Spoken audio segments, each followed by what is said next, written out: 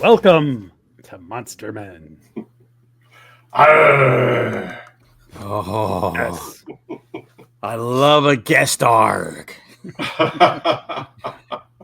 By the way, Oh. this is the most special episode Jack and I have done because we've waited 14 years. We've been doing the show 14 years, which is absolutely Wow, that's bonkers. crazy. But to do a deep dive on the most influential show for any horror fan, writer, creator, I don't care who you are, who's over the age of 50, 45, run around there. Tonight, we are going to talk only about Kolchak the Night Stalker. Yes. And we have brought in our resident expert wearing the Kolchak brim, The man in the Terry hat. M. West. Yeah, if you guys want your own, you can go to, I think it's like nightstalkerhat.com. And these are special made. They're not cheap. They're not cheap. No, they are not cheap. They're a Matter of couple fact, of bills. I walked by a Lids hat store the other day at the mall, and I was going to go in and get my head measured. Right? Just so I know I have a big melon. I was like, if I'm ever going to drop some disposable cash, it's going to be on the Kolchak, but I need to know how big my head is before I go dropping that kind of cash. Smart idea. Oh, no. But they were closed, so I got to wait till next time. Oh. That hat must have been really snug on his head because he drove in that convertible Mustang and it never flew off. Right? He must have had some gaffer tape or something. Bobby pins. Me, I'd be like, they filmed that once and used the same scenes like over and over. So exactly. Oh man, I want his hat and I want his car. Yeah. Mustang. It was like, I had his car. oh yeah. In the 80s. A friend of mine, he and I used to just buy old Mustangs and quickly, it was like house flipping, it was car flipping. Mm-hmm. And we had one of those that it had an issue with the doors. The doors wouldn't stay closed. So on every turn, they would just fly open and you'd almost roll out. Right. So we have rope tied across it or whatever, but Oh, that's funny. yeah, Kolchak had a cheap seersucker suit, but he had a pretty badass car. He did. He had a great. I guess he put all of his money into the car. But it's funny because in the show, whenever sometimes he'll pull up to a valet or something, they kind of look at it like, oh. Right. Yeah. Right. Like what a piece of junk. Well, if you watch the movie, his car's a little more beat up Right. than in the TV show. Yeah. Is it still yellow in the movie? I can't remember. I think in the movie it's blue. I think. Yeah. I think so. Oh, all right. But what's funny is like I grew up, around muscle cars when I was a teenager. And I remember they were like, hey, you want to, we're going to give you this Charger. And I was like, that's a piece of junk. Go get me an Impala, a brand new Impala. And now it's like, oh, my God, I'd give anything to Yeah. Charger. You didn't do bad with the Impala either. Well, yeah, that's Badass true. cars. Yeah. I'll take an old Impala over anything that's made nowadays. I know, but it's just funny how you don't really appreciate it if it's got any amount of age on it until years later, and you're like, "Damn, I had $100,000 car." We bought at a police auction a AMC Javelin for $100. Oh wow, and we didn't bother to register it. Mm-hmm. We just found random plates, put them on the car, and just drove like maniacs. That I could not believe how good the engine was in that car. That was a fast little car. Oh, man. That we eventually got busted in the middle of the night, and then the cop he said, well, I'm taking your damn car away from you. And my friend whose father was connected, he's like, good, keep the car, give it to your kids. I'm sure you can't afford a car like this on your salary. We were literally pulled over by a graveyard at 1:00 in the morning. I'm like, we're going in. We're going in. But he just said, all right, scumbags, walk home, which was miles. Wow. It's like, all right. And my friend's like, it only cost $100. Who cares? Yeah, there you go. So for people who are unfamiliar, which I doubt many people watching this episode are going to be, but Darren McGavin, who you might know as the old man from The Christmas Story, was on a landmark TV show and movie, The Night Stalker and Kolchak the Night Stalker, which was a huge influence on our generation and is the show that inspired the X-Files. It's a 1974 TV series. So the TV movie must have been 1972. And at the time, it was the highest rated TV movie ever made or ever watched. You know, Wow. so yeah, it was a big deal. Now, I was like 7 years old when the TV show came out, Mhm. and it was my favorite thing to this day, like it is still. Oh But yeah. I saw the TV show first, and then they finally re-showed the movie, and I saw it after I had seen at least some of the TV show, if not all of it. Hmm. And then I saw the second one, The Night Strangler, Hmm. I guess when they rebroadcast that. So I don't know how much longer after the show. I feel like I saw the movie shortly after Mm. the show. It wasn't that long. I remember being struck by the differences, like in the music and things like that. Right. What was your guys' sort of entry into this? Well, I saw the movie when it broadcast, you know, and I remember this Night Strangler. I didn't. I saw the Night Stalker. Night Strangler I caught later, and probably my least favorite project was the Night Strangler. Yeah. You know, but when the series came out, like ABC was just showing it at all hours. It was really hard to consistently watch the show, you know. Yeah.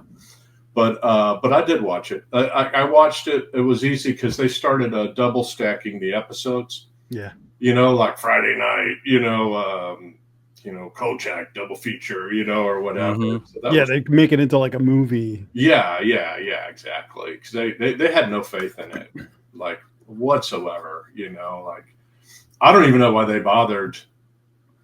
You know, like producing it and putting it on. I mean, because from what I heard, like, you know, McGavin was like, why am I doing episodic TV? This is a lot of work.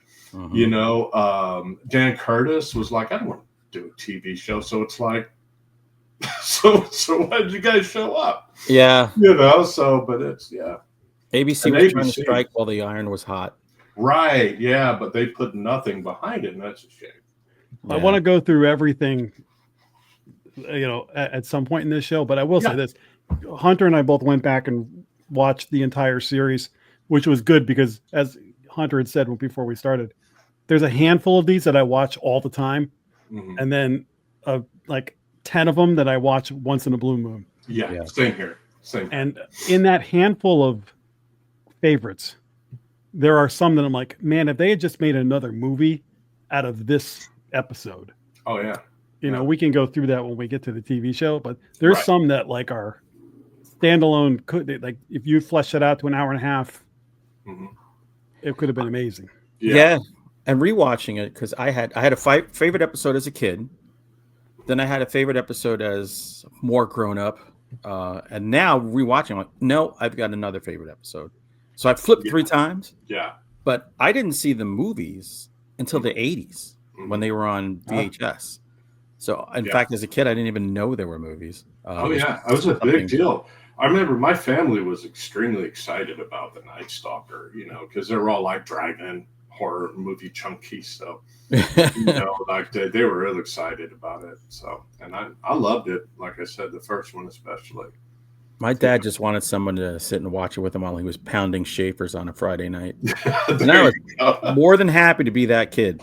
It's funny because this kind of helps me mark like my progress as a horror fan. Because I'm like, okay, if I was like 7 years old when this was out, I was already watching like midnight horror Hammer movies on Channel 9 at midnight on Saturday nights and Creature Feature and scaring the crap out of me. Like, you know, I'd watch a movie and be bored, and then the vampire would flash its teeth and I'd hide under my bed. You know, I'm like, wow, I was really young when I was watching this. And Kolchak, there weren't a lot of episodes that scared me, but in going back and watching, I was like, there's a few moments that I remember being like, oh shit, that's really scary. But the movie, again, I must have been 8 or 9 when probably 8. Like I said, I saw it shortly after the show, if not when it was running.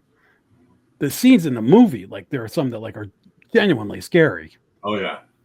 Well, look at that. You got Dan Curtis and Richard Matheson at the helm. I mean, you can't lose. Yeah. Where they are nowhere in existence on a TV show. But there's a name I kept seeing, which I never put 2 and 2 together, David Chase. Yes. Doing a lot of the writing. Yeah. That's the man who gave us The Sopranos and my second favorite show of all time, Northern Exposure. Mm-hmm. That's why the big question is: did Kolchak get whacked at the end of this? Screen just went black. It's just Tony Vincenzo eating onion rings. Right. Yeah. God, and boy, what an episode to end on. The bad century. alligator suit thing. Mm-hmm. Oh my God. That was my favorite episode as a kid. Oh yeah. I liked the monster, Mm-hmm. but I also thought Sigmund and the Sea Monsters looked great at the time. Yes. So, Right. Yeah. Sleestack scared me. right. Yeah. Sleestack were scarier than that thing. Right. Now, I'm a huge vampire movie fan, but Mm-hmm. when I tell people, I'm like, it's really like 70s vampire stuff that really made my love. So it's the Hammer movies, it's the made-for-TV stuff that was coming out. And like when people tell me, like, what are your 10 favorite vampire movies? I'm like, 2 of my favorite vampire movies are made-for-TV movies from the 70s. The Night Stalker is number 1, and Salem's Lot's in there somewhere. Oh yeah. Mhm. That I'm like, it's better than any theatrical stuff, that comes out. Like, and there was other made-for-TV stuff back in the 70s. There was that Dracula on cliffhangers. There was all kinds of stuff, like the Groovy Ghoulies even. Oh yeah. What about Monster Squad? No, not the movie. I mean, the cartoon. That that was not shown regularly. Where it was a live action. Actually, it was. Okay, yeah. It was the guys that did Batman '66. They were wax monster dummies that came to life. Wasn't Gopher from the Love Boat in that? Yeah, Fred Grady, I think, right?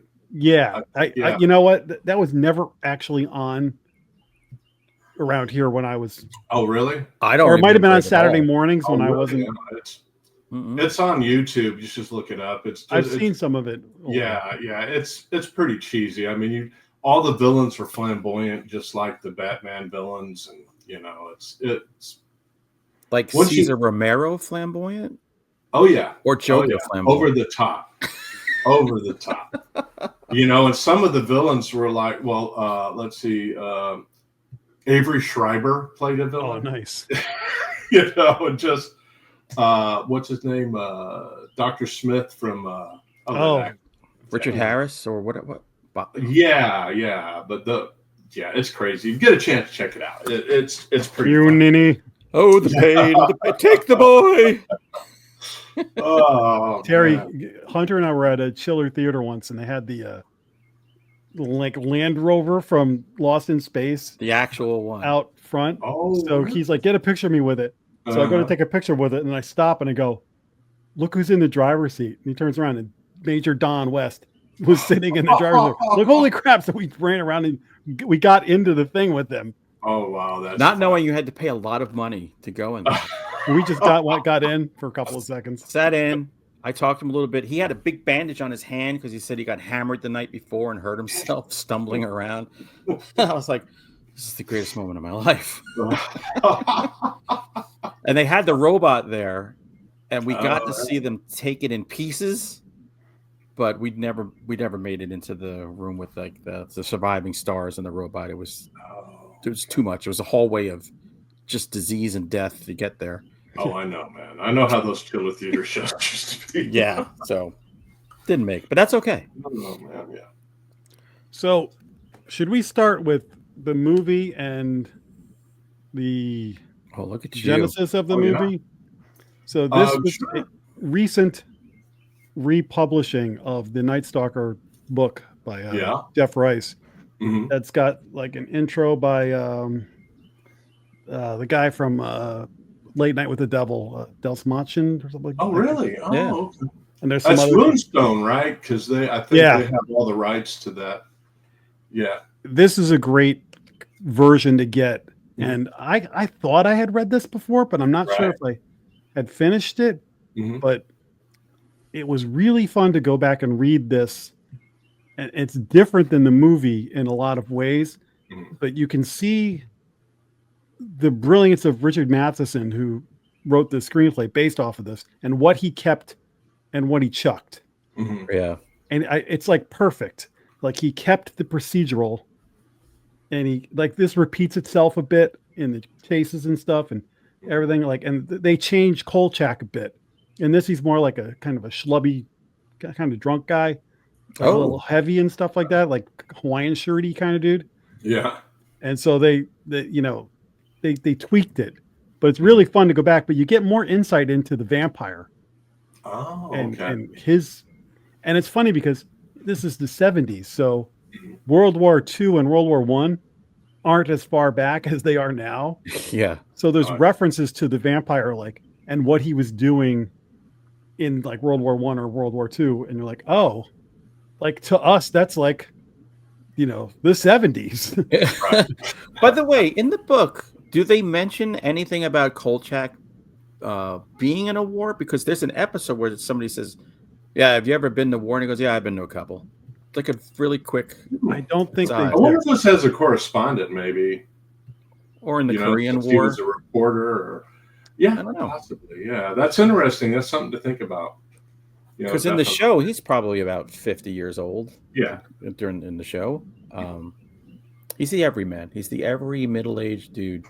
Mm-hmm. Nothing special about him, which is great. And I'm glad they didn't make him like a drinker or a womanizer or anything. I just like the idea of just this kind of loner who's very good at what he does, because he should be fired 40 times over. So obviously he's good at this when he has something that he should do, as opposed to the things he goes on a tangent on. Right. But what year was that book written? Was it the 60s? I guess. Hold on a second. Look at this. See, this is why we have the expert. Joe Bob might have a Mangled Dick expert. We've got a Kolchak expert. We've had a Polish reporter. Sorry, guys. No, that's good. Okay. The book was written, I think, in this is the Jeff TV Rice. site. I have that somewhere. I couldn't find it. It's in a box. And then I found this recently, which the Night Strangler. Our friend Jamie Evans sent me those two books as a gift, and I have them packed away. I've got a bunch of stuff packed away in boxes, and that was one of the ones I opened up. Some of the boxes are buried. I can't get at them right now. Yeah. And I found some of my Kolchak stuff, and I was like, "Oh, please be in there." And I was like, "Oh no, it's too deep. I can't get it. It's safe." So yeah, I always assumed that book had to be written probably the late 60s. I think you're making a TV movie in the 70s. Screenplay adapted by. Yeah, I don't know. I think that came out after the movie. Yeah, I don't know. At least. I don't know if the novel had been published before. I don't think it had been to a TV series. Kolchak Papers. Yeah. I don't. So learning stuff. Have to check that out. Have to do a little digging about that. But if you're gonna get one, get this Moonstone version. I think it's Moonstone. Oh yeah, I'm gonna do that. I have a couple of Moonstones from like Monstrous books. Monstrous books. Oh, it's Monstrous books. Oh, okay. Yeah. Okay. I have some Moonstone stuff, so I'll show later. Right. Okay. I have a Barnes & Noble gift card that is burning a hole in my wallet. There you go. So yeah, I didn't pick one of those up. It sounds really awesome. When the Fright Night remake came out with Colin Farrell, I read all these people talking about putting a vampire in Las Vegas is such a brilliant idea. And I was punching video screens like, and it was done already, and it was brilliant. So let's quickly walk through the movie. So Kolchak is a reporter in Las Vegas. Yes. Tony Vincenzo's his boss. Yeah. And there are a rash of murders that he narrates, and there is a vampire loose in Las Vegas, and he reports, like he is narrating as you see the first couple of murders. Actually, it starts with an autopsy. Yes. And then essentially it's like a police procedural where you're following the police and Kolchak as they're trying to track down this guy. And Kolchak's first like, hey, this guy thinks he's a vampire. You've got to treat him like a vampire. Right. And then eventually he sees him tear the cops apart and get shot at point blank. And he's like, you guys actually have a vampire. You have to actually treat it like a vampire. And yes. Yeah. I love that. I love that he's not out of the gate, oh, we got a monster, but he eliminates everything, and he's like, okay, what else can it be? This is what it is. He just digs and digs and digs, pisses everybody off around him. Yes, absolutely. And this vampire who's played by the guy who played Spock's father, Sarek. Mm-hmm. He is not only killing people, but one of the victims, they don't find the body. Mm-hmm. And again, spoilers for all this I think I know where you're 1-year-old stuff. Yeah. It turns out he is robbing blood banks and keeping this girl alive and essentially giving her transfusions to keep feeding off of the same girl, Mm-hmm. which is brilliant and terrifying. And whenever people are talking about vampire stuff, I'm like, you guys, Janos Skorzeny, or however you say his first name, Janos, Yeah. is one of the best screen vampires. The thing that kills it is it's made for TV special effects. Mm-hmm. So there's clearly stuntmen being used in certain parts, and there's commercial breaks where they kind of pause and then come back. Yep. But terrifying vampire. And then when he breaks into the house, like the guy's got disguises, everything stinks in the house. Yeah. And when Kolchak stakes him, he gets arrested for murder. Yeah. As he should have several times in the series, but somehow, well, then the cops who hate his guts let him go. The cops know he's right. Well, they just wanted to bury the story. Yeah. So it was like, well, we can charge you with murder, or you can get the hell out of Vegas. Yeah. Give me your camera, Kolchak. Exactly. Now, one thing I noticed, and we can bring it up when we talk about the TV show, but the guy who's doing the autopsy at the beginning of the show, of the movie, is the guy who played Frank Burns in MASH. Larry Linville. Yeah. He shows up in the TV show as a police chief. Yep. I forget. I have the newly minted. Wasn't he like a newly minted captain or something? I think. Yeah, I think so. That's the best part of watching the show for me. It's all the stars that the ones you know and the ones you go, I know that face. I wrote them all down. In the movie, one of the guys who's like on the board, you've got what's his name? The tough guy, Sheriff Lobo. Claude Akins. Excuse me. But there's another guy, one of the older guys, who's like Kolchak. Mm-hmm. He's the judge from Caddyshack. Yes. Never ask a Navy man if we'll have another. Damn business, somebody's already. Oh man, that's funny.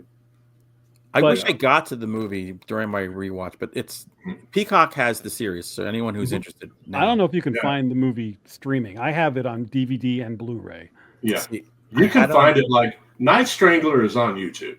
I mean, because that's where I rewatched it a few months ago. And but the first one I'm not sure. I have Peacock right now, and I had no excuse not to watch episodes. Now you know. But I want to get to one thing real quick, Jack. You know how you were saying how like Kolchak wasn't really a womanizer or a drinker. Well, first Night Stalker, he actually was dating a showgirl. Yeah. Oh, Carol Lindley. You remember that? Or Audrey Lindley. What's her name? Audrey Lindley. No, I think Carol. I think you had Carol Lindley. Yeah. She is gorgeous. She was in Poseidon Adventure. Yes. But but so he was a little bit kind of. He was a player. For that one movie. Well, one was like his shirt's open and. Yeah. Oh yeah. He was sitting there, lounging on her sofa, having a drink. Yeah. He was a baller. Oh yeah, definitely, most definitely. Now, Jack, do you know who they say inspired the character of Carl Kolchak? No. Mr. John Keel, the man who wrote the Mothman prophecies. Really? Wow. So he was a reporter who dedicated a great portion of his life investigating bizarre UFOs and creatures and everything like that, and nobody would believe him. So that's the word on the street that Jeff Rice was inspired by John Keel's shenanigans. So, which is why I'm going to put John Keel in a book one day. There you go. Yeah, that's the kind of way you could combine the joy and the love of the paranormal with Kolchak. There you go. Well, there's a couple of things about this movie that make it one of the best vampire movies ever. Is the vampire, anybody who like any witnesses, like there's a guy who sold him a car and there's a guy who ran into him at the casino, and they're all like, he was really scary and he stank. And then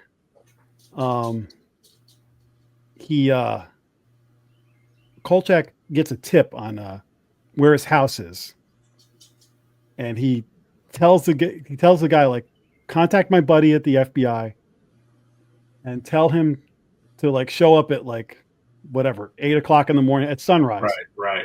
But then Kolchak goes ahead before, like, a half hour before, so that he can get the story. And when he breaks in, he then hears the door open and he's got to hide in the bedroom. And then he has the confrontation with the vampire when he finds him in the closet. And Kolchak does what all of us, like, he panics. He falls down and things like that. Oh, yeah. Coming from watching, like, Christopher Van Helsing and, like, Cushing, yeah. And other things like that, where, like, these noble vampire hunters and stuff, to have this bumbling guy falling down the stairs, but then he's researched and he knows, like, what to... He knows the weakness. He knows the tactic to get it done, but he's like you and me, like, but he drops the cross or he falls down the stairs.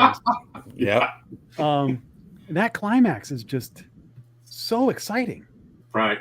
What I loved about it too is, like you said, he's not a hero. He's not a,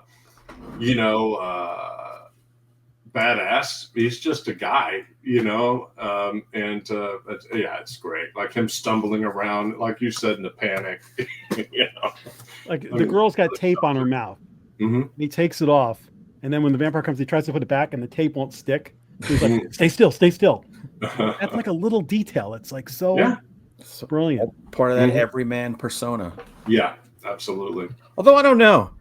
Like, well, a lot of reporters would be like, I'm just going to report on this. I'm not going to become the story. He becomes the story every single time. Because he knows no one else is going to do anything about it or what needs to be done about it. Right. So. Which means he cares. Because there's an essence to him where you almost think, oh, he doesn't give a crap about anything except getting a story. But then you balance it out with, he's going to put an end to this because people die. Right. So that's a good point. Like most real reporters would just report on it and not try and take on the monster. No way. They just try and get a picture of it, or they just try to get a video of it. When's the last time you saw a war reporter grab an AK-47 and start shooting back? Like, not a long time. There's your parallel. Right. Yeah. No, absolutely. They're in a horrible situation, a real life horror show, and none of them throw a grenade, grab a gun, and just running for their lives. Right. What they should do. Couple of things from the TV show that carried over from the movie that carried over into the TV show. One of them naturally is Tony Vincenzo, which we'll get to. But the other is there's an amazing chase scene where they're fighting well, there's a couple, but there's a big one where their cops are trying to tackle the vampire. I think there's like two of them in the movie, but where he just gets away, he like jumps over a car and they're shooting at him, and then there's another one where they fall into a swimming pool and they shoot him at point blank range, and there's like goo coming out of his head, but it's like transparent. They really try and recapture that a lot in the TV show, where there's a scene like that where, like, the cops try and fight something and it beats the hell out of all of them. Kolchak's there snapping pictures, snapping away like a lunatic, closer than he ever should be. Yeah, right in the center of it, right in the middle of it. That like Instamatic camera. Yeah. 110 film, getting quality pics everywhere he goes. There you go. And the most realistic thing is usually his pictures suck. Yeah, they're if he even gets to develop them, because normally they get me the film. Get compensated. Check, give me that. I would just love when he would come on the scene. Whatever cop's in charge, his blood pressure immediately doubles as soon as he sees him. Just like, Kolchak, get back. Get out of here. Well, I was like, Claude Akins set the bar. Go, Kolchak, you. Especially like in the scene where like the girl's body's like in a sand pit or whatever, and Kolchak's like, there's no footprints. Did he throw her? Mm. And then he turns around and is like, "You shut up." Yeah. Well, because sometimes like cops will be interrogating a witness and he's asking questions of the witness. I'm like, Mhm. all right, I can understand why they don't like you. And he can be a snippy jerk to them too sometimes. The only people he gets along with is it Emily, the older lady Miss who works Emily. Yes. Yes. Miss Emily, Mhm. and anyone who works in the morgue. Yeah. They're like the only people who like deal with him as a human Mhm. being and just don't immediately detest the sight of him. And the woman that he brought candy to in one of those episodes. Yeah.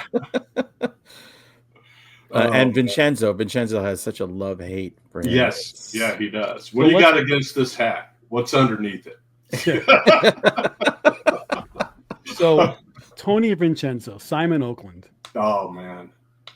almost as important as Darren McGavin in casting. Yes.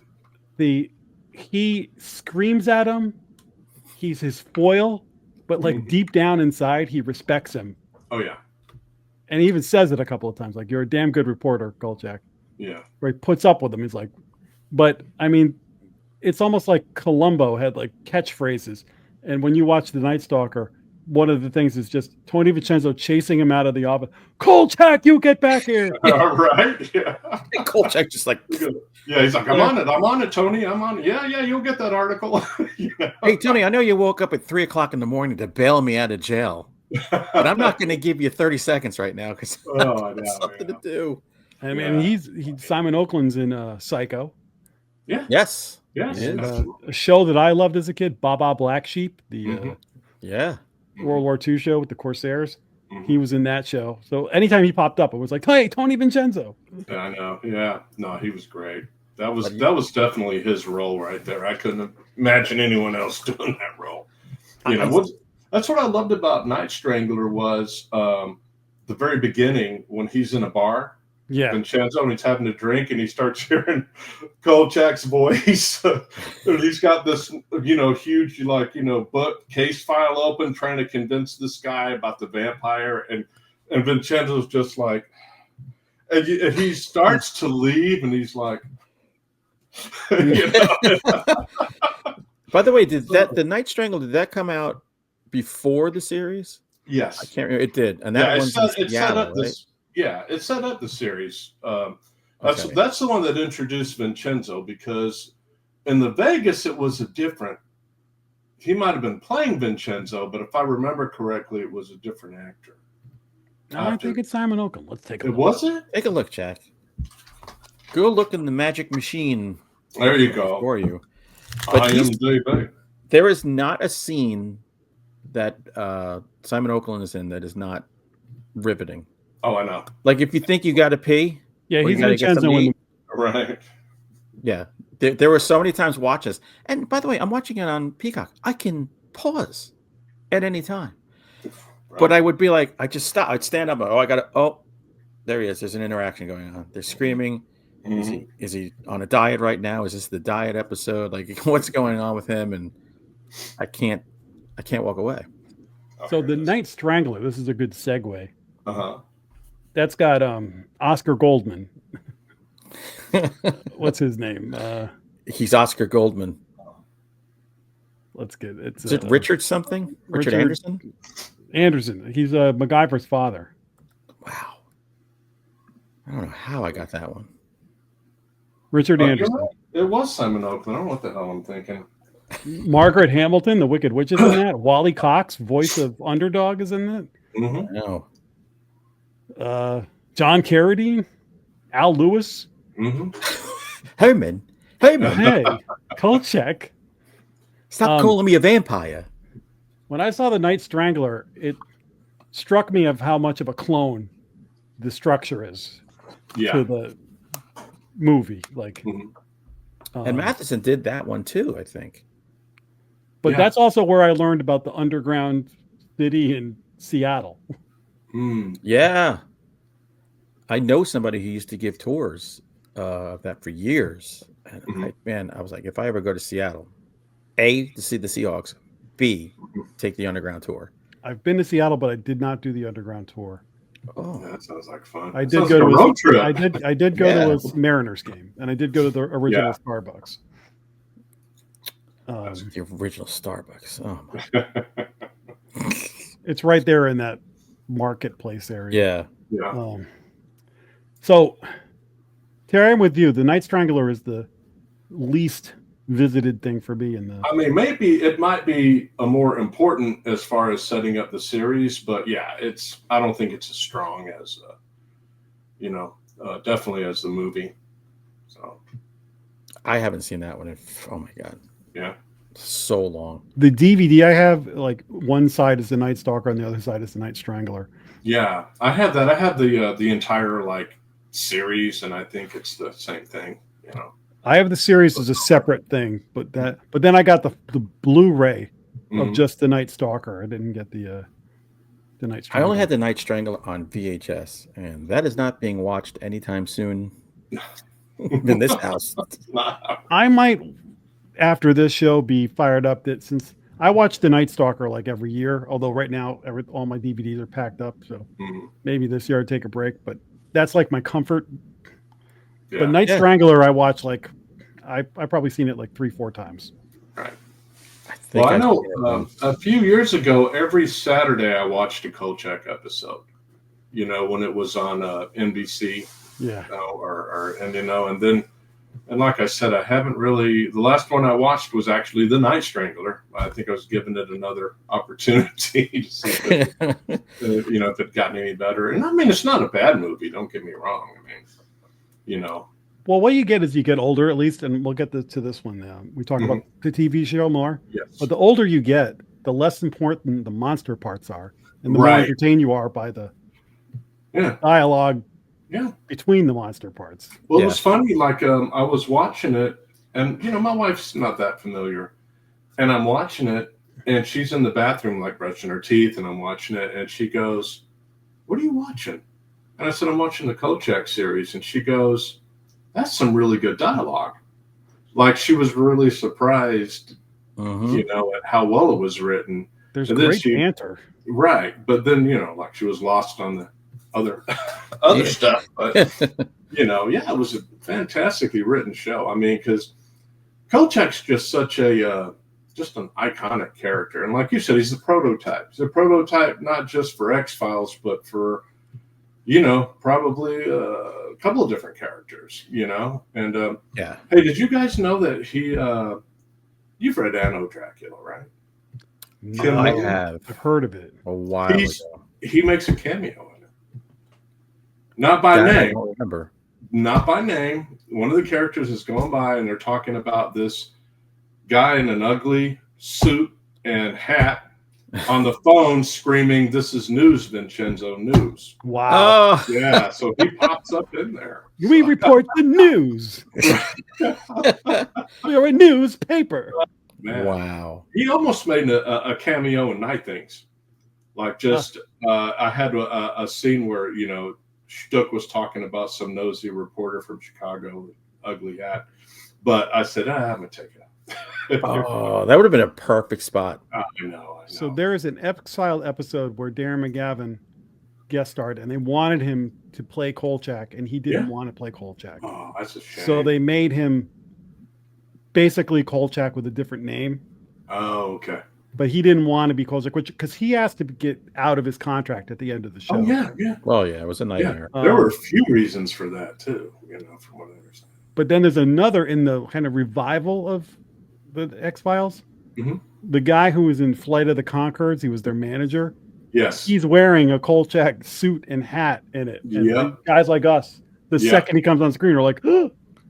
That was my favorite episode of that little Reese Darby. Is that his name? Yes. My! When I saw him dressed as Kolchak, I was like, "Oh yes, we've come full circle now." Well, so you guys, have you ever talked about like the reason that McGavin was kind of like pulling away?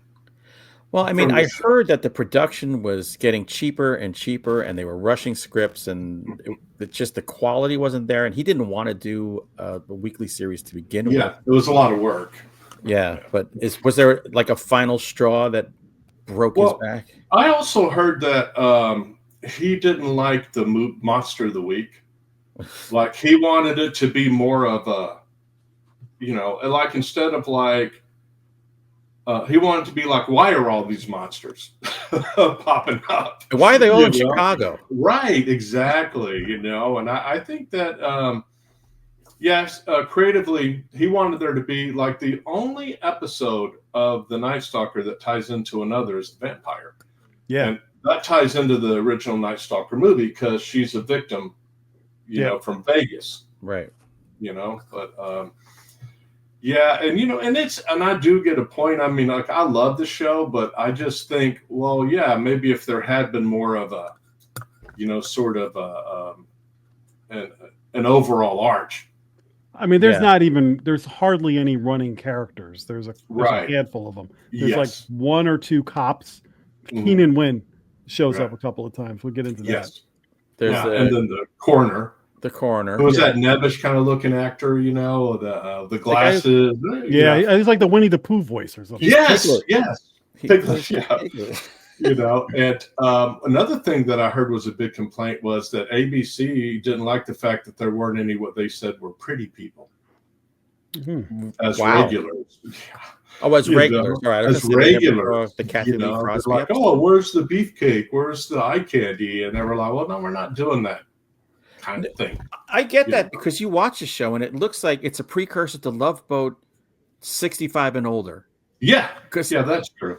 Everybody who's in it is pretty old. But I think that's what makes it good, is because it comes across as more realistic to me. I mean, there were pretty people, but they were guest stars.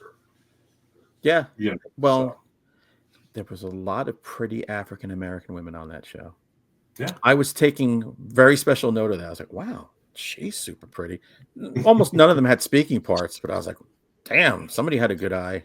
Yeah. Freebie collection probably has the most good-looking people in it. Yeah, definitely. I wonder why. Carol, did we decide it was Carol Lindley from the movie? Probably the best-looking person. Man, I'm going to go Kathy Lee Crosby. That episode where she was doing Killer of Youth, or I think something like Killer or something like that. Yeah. She was married to Joe Theismann.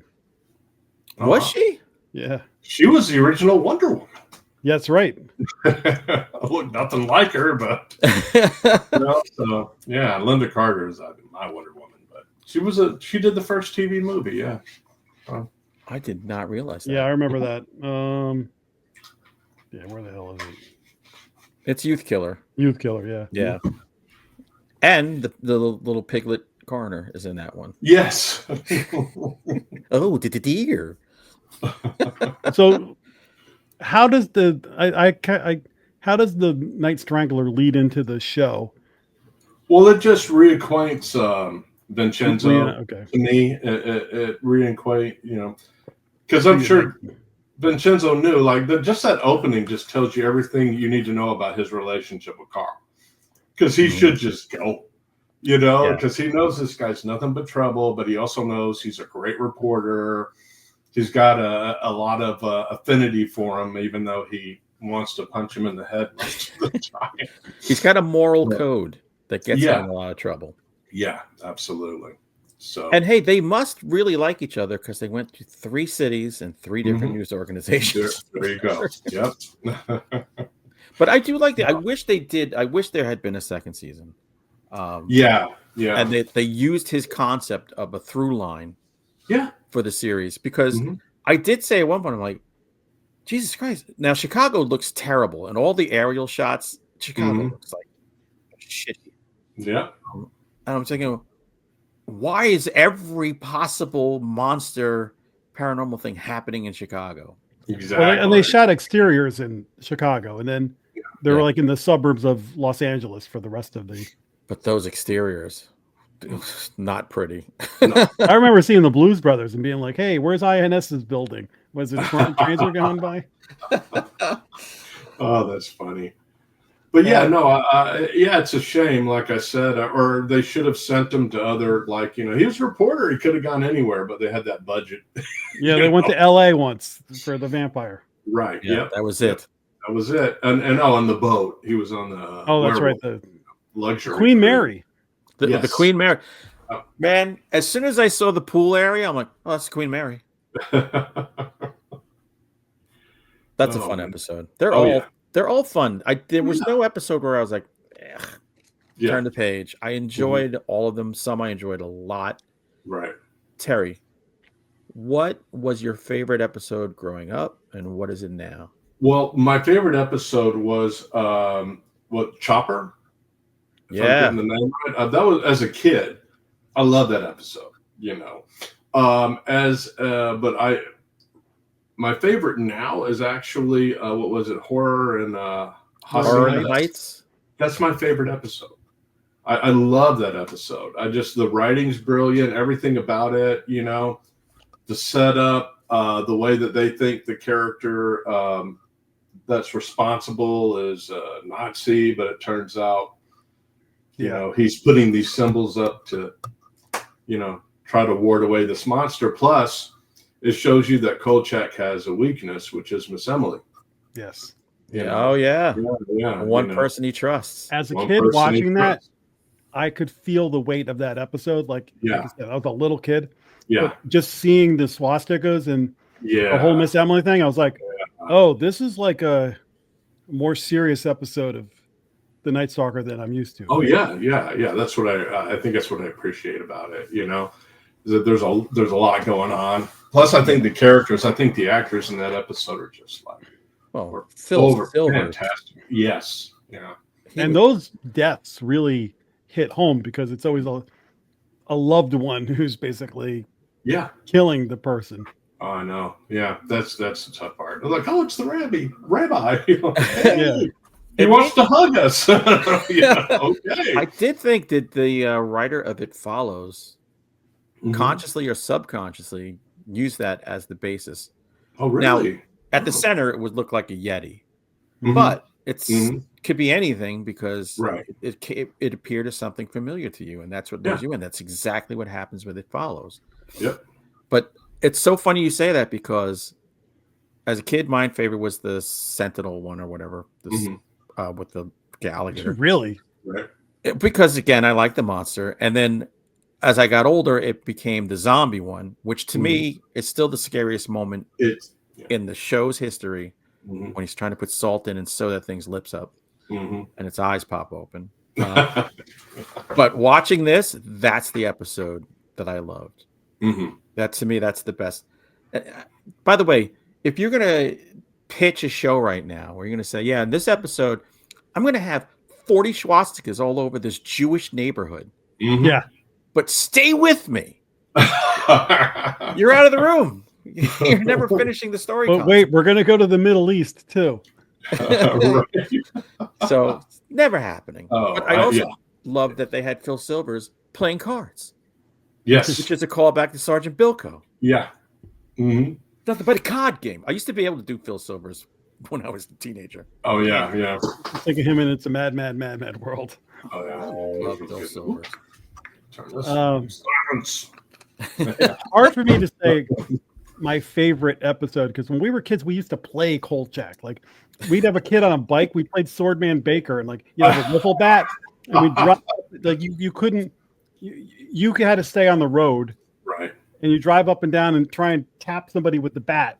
Oh, nice! I wish I was in your neighborhood. I was the only kid in my neighborhood watching the shows. The zombie, naturally, I love the vampire episode because I think I saw the TV episode, and then I saw the movie, and I was like, oh wow, it's like a sequel to it. Like I kind of knew it anyway, but once I had seen both of them, I was like, oh my god, the movie's even better than that episode. But my gosh, like in the handful of ones, I'd have to say like Horror in the Heights was up there, and Spanish Moss I really liked when I was a kid. I love that monster as a kid, and I love any episode. He had that one, and he had like the Neanderthal Bigfooty ape man. Yes. When you put him underground or in these tight spaces, tunnels, dark tunnels, that's scary shit. Oh, yeah. Just like in Alien, the first movie, when Dallas is in the shafts, that's terrifying. Still to this day, it's terrifying. Oh, yeah.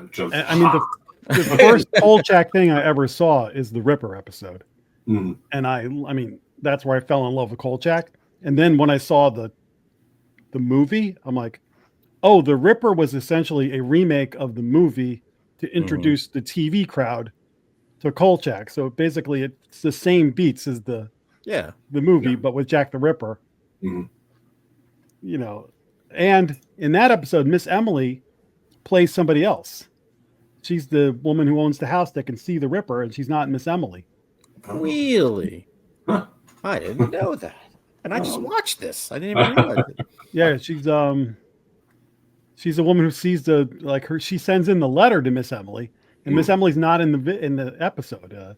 Kolchak's going through, like, covering her desk. And I mean, that's TV back then. There was no continuity. Well, they didn't think you'd watch it again. Right. And if you did, it'd be on reruns somewhere, and you'd see it one more time, maybe, and there's no picking things apart. Mm. There are a couple of shows that do that now. I think I've seen them recycling. I want to touch on all the episodes, but I will say this. There's one episode, even though I was a little kid and wasn't really scared by Kolchak, there was, like, the zombie had a scary moment, and even the vampire with the hands coming out of the ground, it was kind of scary. Yeah. For some reason, the one with the doppelganger, when the guy is trying to sleep in the church and you see the doppelganger in the window, like with the flames behind him. Yeah, and he's like this silly face. That unnerved me. I was like, oh, that's fucking creepy. That is creepy. It's bizarre. Yeah, definitely. And you're sleep deprived. It's like It's like a Nightmare on Elm Street. Yeah, because you're And he's like laughing at him, like, ha. I'm not even safe in church. So we'll take this episode at a time real quick. Okay. Yeah. The regulars on this show: Jack Greenidge as Rom Updike. Uptight. Yeah, right. Uptight, yeah. And Miss Emily, Ruth McDevitt played her. There was also Monique Marblestein, who was the novice reporter that went to Columbia. And he puts her in the trunk of the car during the shootout. Yeah. Wasn't she somebody's niece or something? I think, yes. Yeah, like somebody from New York or something like that. Yeah. And he sent her back to New York, and the next episode she was back. Like she would never sent away. Right. So first episode, The Ripper. We've got Jack the Ripper with the cool sword cane, super strength, electricity is his weakness. Your thoughts on the Ripper? It was okay. It wasn't really, like you said, it was sort of like, treading the same, water that the first two movies did. Yeah. And I don't even think that's probably one of my least watched ones, to be totally honest. Like I said, it does have Kolchak going to, like, the massage parlor or whatever you call it, which is pretty funny. Yeah, that is pretty funny. Yeah, it's not he gets strong busted out of the gate, but you get the comedy. Yes, and you get the horror. It was a good lead-off episode, considering most people hadn't seen.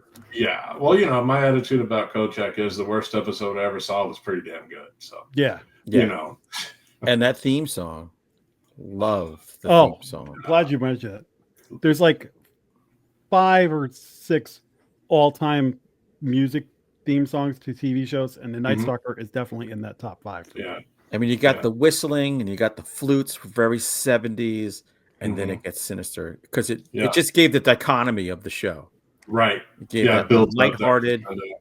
And then when they revisit it during the show, the different iterations of it, like when he's walking around at night and, he had the timpani drums. Right. Yeah. They would play.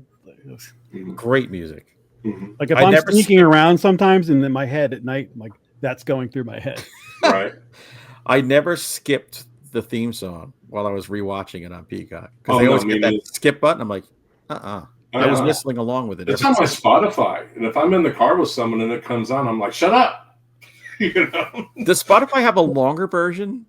Sometimes there's longer version. No, it's I have that. I have the Night Gallery theme.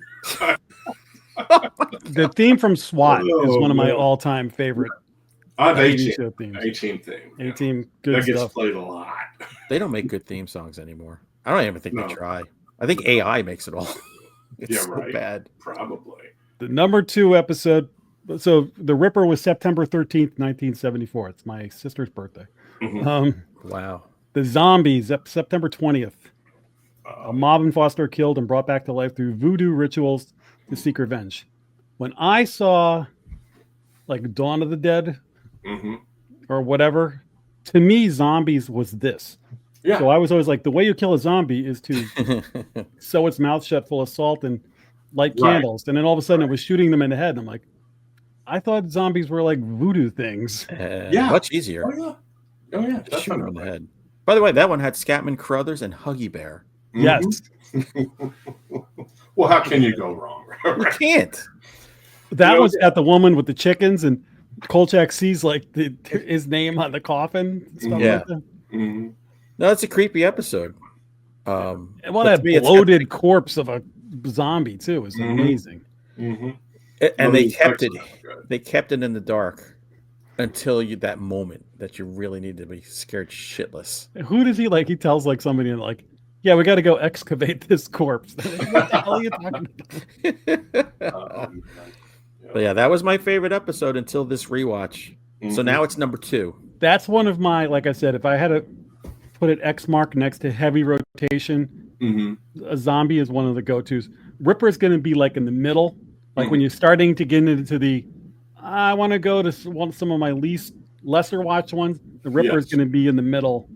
I'm there. sure it's above the Energy Eaters. It's above the Energy Eater, and we'll get to that. Then there's what I have a feeling is a Hunter Shea episode, Mhm. and the evidence of the low budget of this show. There have been, they are, they will Will be. be. Yeah. The Kolchak investigates mysterious animal disappearance and melted lead leading to an invisible alien. Mhm. The invisible monster rears its head a few times in this show. Yeah, what a cop out, man. There is a flying saucer at the end, reminiscent of the Brady Bunch. Was it the same ship? I think it might have been. I was waiting for the Capuchins or whatever, Bobby Brady to come out. Because I looked at it, I was like, oh my God, this is the Brady ship. Because I heard that they were reusing stuff. I'd heard, this might be wrong, that they were reusing monster stuff from Lost in Space. Yeah, I heard that too, actually. All right, so it's probably true. So that might be the Brady UFO. Okay. But that one has Dick Van Patten in it Mhm. as the neighbor, the guy who's watering his lawn that's been wrecked. Yeah. And from Seinfeld, Uncle Leo. Yes. One of the cops. Yeah. That's Jerry. Hello. Kolchak. Hello. But that's a fun episode. I would love that episode to be redone. Yeah. Only because there's so much potential, and you could tell that that's just a budget constraint where they couldn't go where it needed to go. Right. But that's a fun episode. Anything with UFOs, I'm all in. Oh, I know. Isn't that the one where they're in the planetarium? And Yeah. like, the thing comes on. And people are being thrown around, and there's a lot of wind. In my recent rewatch, I really appreciated the inspiration to the X-Files that some of these episodes had, and this one was a huge one. Yeah. Because they're like, it's trying to map its way home. Mm-hmm. At least, though, unlike the X-Files, they had an idea and they finished it. Yes. There you go. Whereas the X-Files UFO thing, I don't even think Chris Carter knows what was going on there. So then we get to one of the all-time episodes, The Vampire. Oh, yeah. That's up there for me. Definitely. It's definitely up there. Now, this one's got William Daniels, who's the voice of Knight Rider, Kit. Mm-hmm. Mr. Feeney from Mhm. Boy Meets Feeney. World. He's still And alive, also- by the way. Oh, nice. He's like 100. And Larry Storch from F Troop, Oh, yeah. who comes in and then Vincenzo sees him and is like, he gives him like, what's his name, like Swede or something like that. Like, is that Swede? He owes me money from Las Vegas. Which Which is a again, great callback. callbacks to the. Uh-huh. So this one, it opens with a woman gets a flat tire, Mm-hmm. and this hands come out of the ground, Mhm. and it turns out we've got a victim from the vampire from the movie. Yeah. Wasn't properly destroyed, Mm-hmm. which is great because he had to be active before Kolchak found him, in the authorities, and so this one is making her way back to Los Angeles, where she's from, and like goes back to her life basically, and kills an entire football team while Kolchak's there, which is sort of like the replacement for the cop scene in the movie. An amazing episode. Kolchak's using the razor whenever Tony Vincenzo calls him. Be like, I'm near the airport. I can't hear you. Something happens in this episode that we were talking about, things that you couldn't do today. Yes. So the vampire is hiding in like this mansion in the hills of LA. Yeah. And there's a big, I guess it used to be like a monastery or something like that. There's a big cross outside that he douses in gasoline, and at the end lights a big cross on fire, and it paralyzes her, and he stakes her. And I'm like, I don't think the flaming cross is gonna. No. How did they get away with that? Because that was not too far away from people burning crosses on the regular. Well, I think because I don't think ABC was that concerned about it, to be honest. I just think they were like, okay, like they. If you go back and watch Match Game, when like Nipsey Russell or JJ Walker was a guest, they made such inappropriate jokes that those guys would just laugh off. That I think that just that kind of thing wasn't viewed as inappropriate until one day, like they allow people like, ooh, maybe that wasn't the best choice. But it's from a vampire movie perspective, it's freaking awesome. It's a great scene, and it's context too. I think like even I think the to me it's the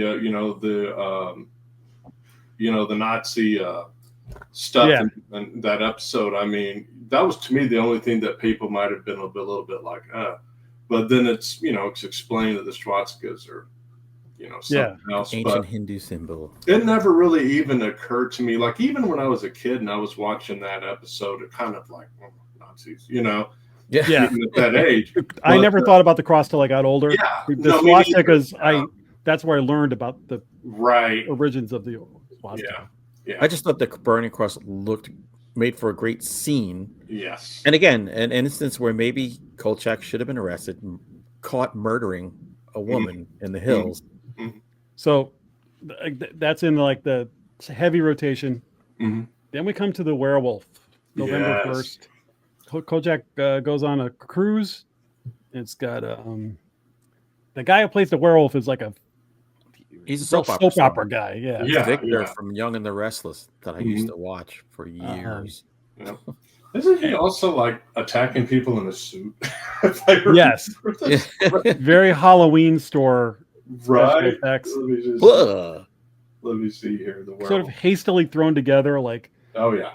Okay, something happened like in Georgia. Yeah. And now this guy's on a boat, and then Kolchak is walking around the boat with a shotgun. Yeah.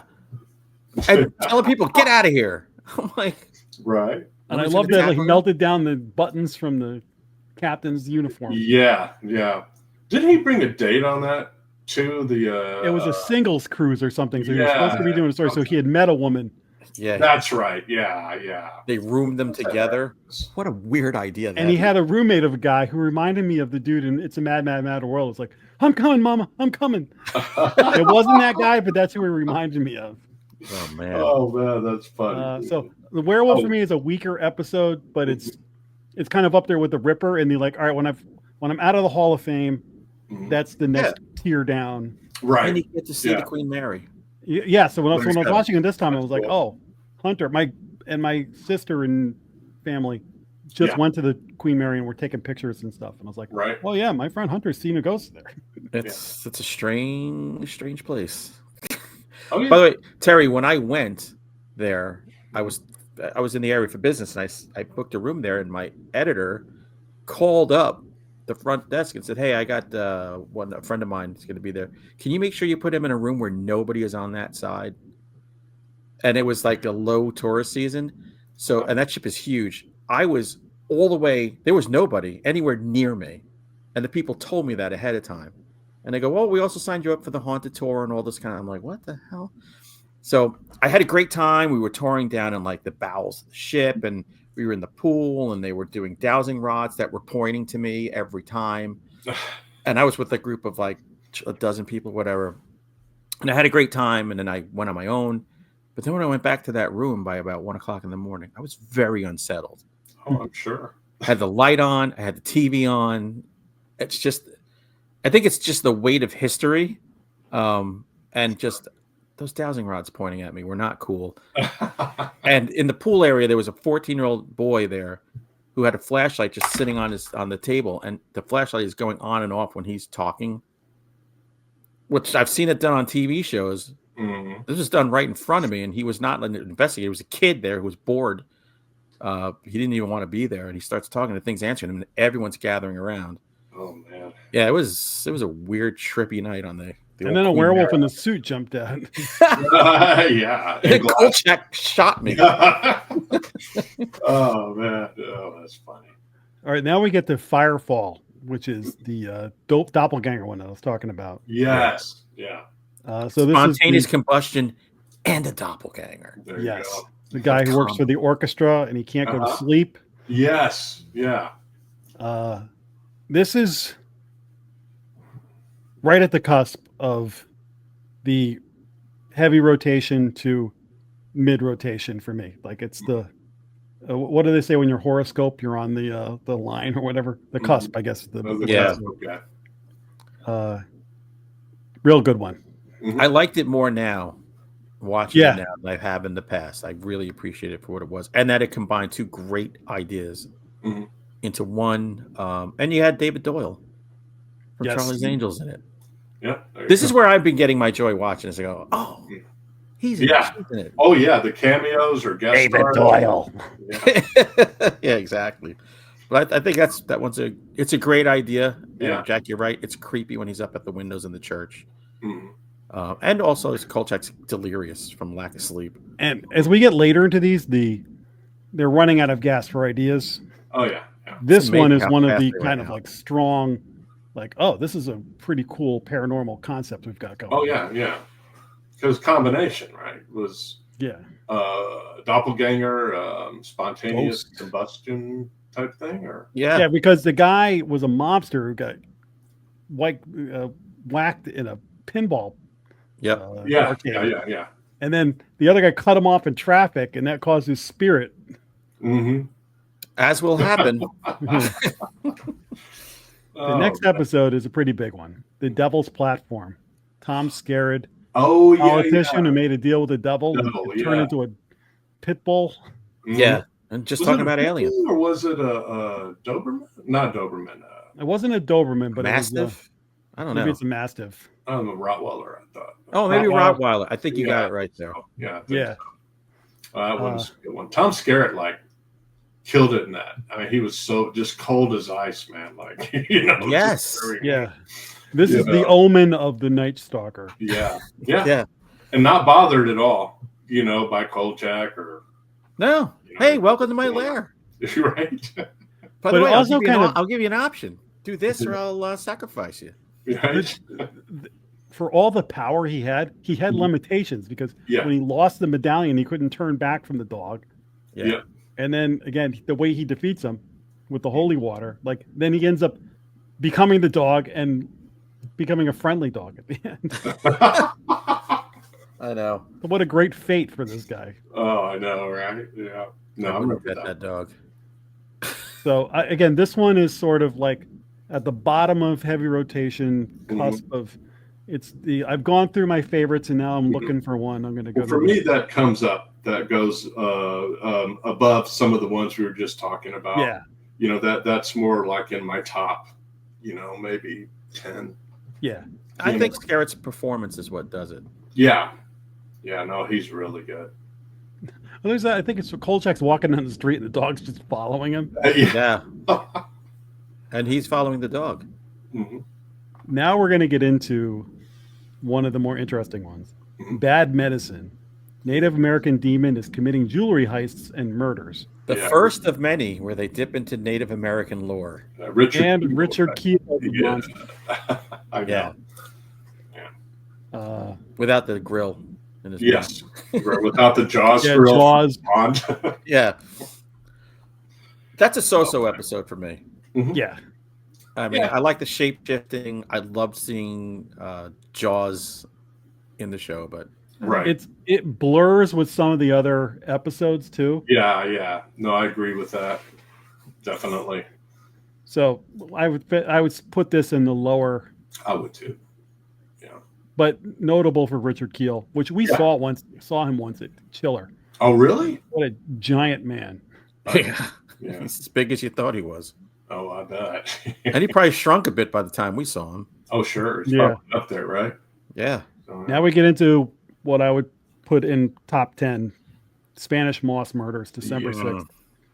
Love A that. monster from a man's nightmares comes to life. Swamp monster of Cajun legends. What the hell is the name of it? Etouffee or something like that? let's see. Let me look it up real quick here. It was a Swamp Monster Massacre, I tell A you. big piece of this episode is that Keenan Wynn plays the police chief who's Yeah. trying to stay calm. Keenan Wynn is a famous of the time character actor who had one of the great tempers in movie, and you would know him as the voice of the Winter Warlock in Santa Claus is Coming to Town. There's another episode where there's 2 Yes. Christmas legends. We'll get to Yes. it. We'll get to it. And he's But- from Dr. Strangelove, if you guys ever want to Oh, see him at his best. He's also in like one of the Herbie the Love Bugs. Oh my God. And I remember we saw it and then we were all talking like him after the movie. We're like, I love that guy. He had a very distinctive voice. I'm gonna butcher this name, but it was the Pere Malfait. Pere is the name of the Sounds swamp good to me. monster. And Keel played that one too. Yes. Yeah. Oh, I didn't know that. Oh yeah, just all in the. One of the things I love about that episode is how Kolchak's suit is all dark and gross after he's been in the sewers. Mm-hmm. Which it should be. Yeah, like so many of those things, like he'd come out and just be dry and Yeah. And again, speaking of the magic hat, he would go underwater. The hat would stay on his head. Mm. And then he'd pop up slowly and the hat is still on the head. I'm like, one of my favorite visuals in that is him down in the sewers with the flares. Yes. Just throwing the flares to light his way. is Yes. that one or is that the Yeah. one? No, that's the one with the caveman thing. Oh, is that the caveman? That's the caveman one. You could be right. Yeah. They're both down in the tunnel, so maybe I'm But getting yeah, confused there. He But could have he used a little sharpens- light down there. He sharpens the stick, the gum tree stick Mhm. to kill them Yeah. out.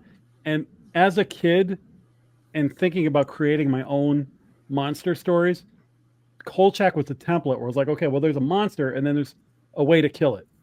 And I think a lot of authors probably, it's not that they invented this, but they got the formula down. Yeah. Well, also they looked into the actual mythology of it.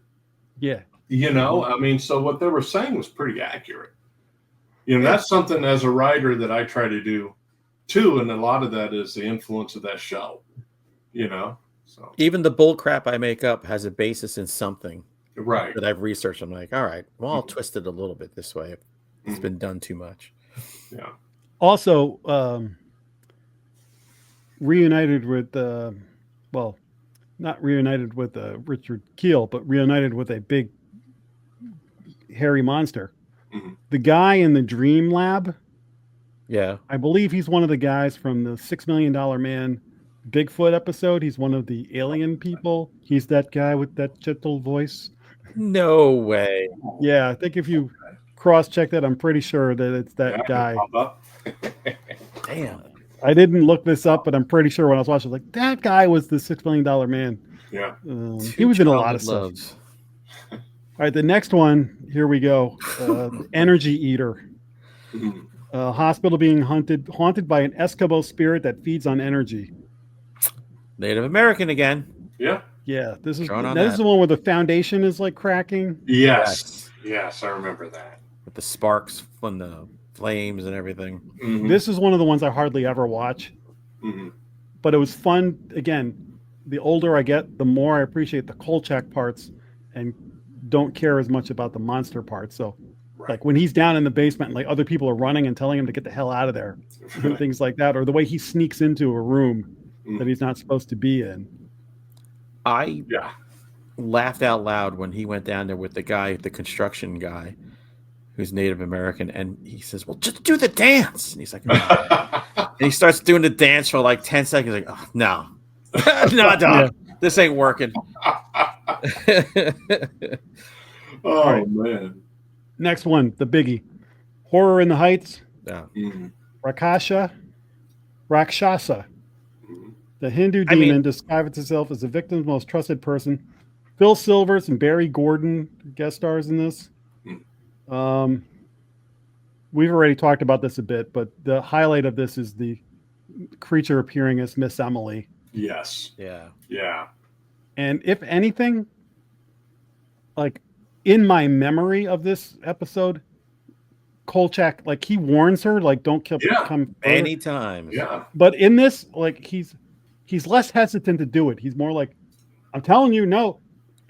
Like in my memory, it was harder for him to pull the trigger than.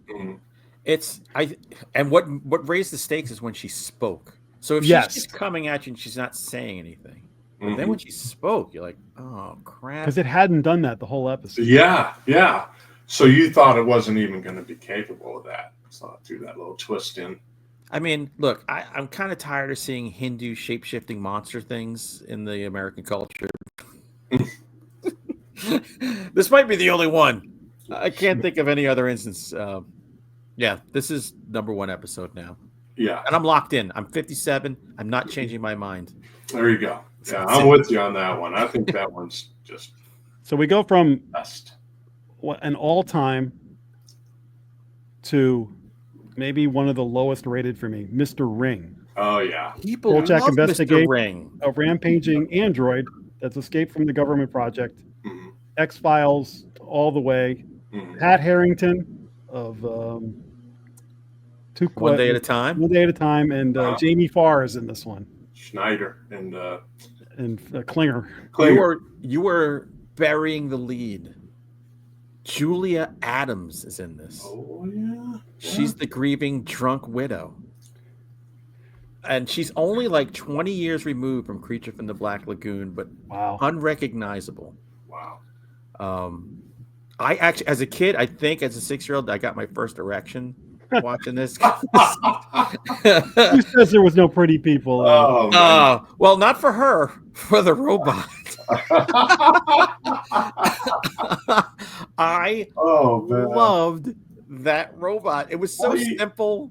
Yeah, he had that same face they used in like $6 Million Man. You know what? I was mistaken. Julie Adams is this one. Pat Harrington and Jamie Farr are the next one. I was looking at the wrong entry. So that's the Man Ape one. Yeah. So my and bad. the sounds, those are very 60s, 70s sounds. I hear that sound and I'm automatically 6 years old again. Yeah, same here. Yeah. So I loved watching this episode. This to me, this is my top 10. Yeah. I liked how the monster created a face for itself. Made his own face. Wasn't necessarily bad. And by the way, the woman who did the programming of him, another smoke show. She was actually very pretty. She looked like she's a dirty girl. I bet she was into some spanking. But I think that's Mr. Ring. I think is a fun episode, and I was reading up, and like a lot of people consider that one of their favorites. Really? Yes. I mean, it's fun, but I wouldn't consider it. It's in my low rotation. It's low rotation for me. Yeah. All right, so Primal Scream is the next one. Scientific experiment revives a prehistoric creature. So this is basically they dug too far in like the Arctic, and they create like Chaka. Yeah. From the Land of the Lost. Which I was hoping would be Bigfoot. Yeah. It's not quite there. No.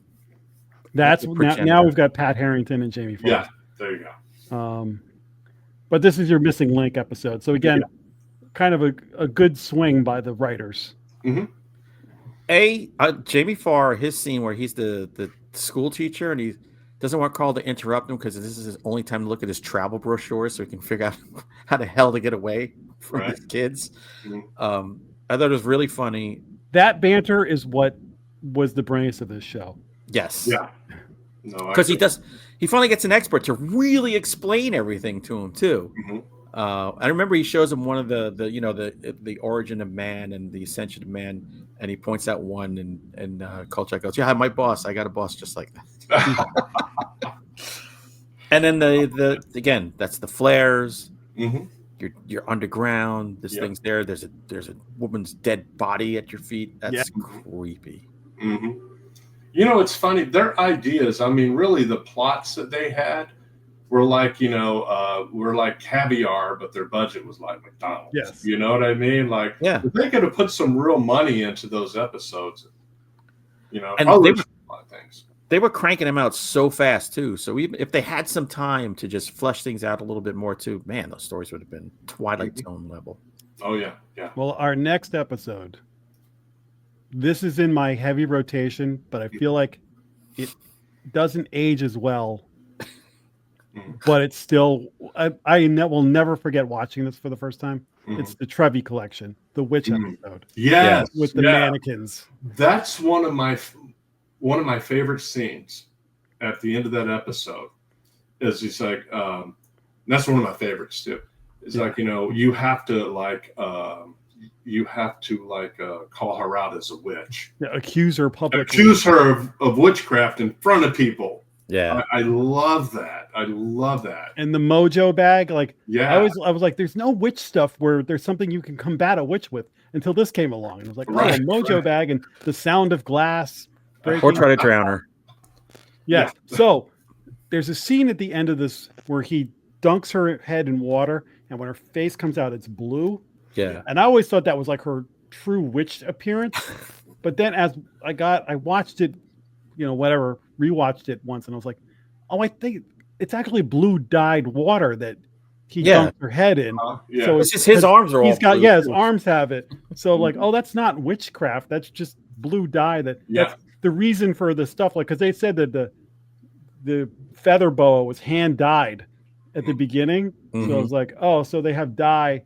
So I was like, okay. So for a long time, I thought that a witch was actually blue, but no, it's just he dunked her head in blue. Yeah, I remember seeing it on his sleeves. Yeah. Yep. It's a You only have witcheroo one, too. switcheroo.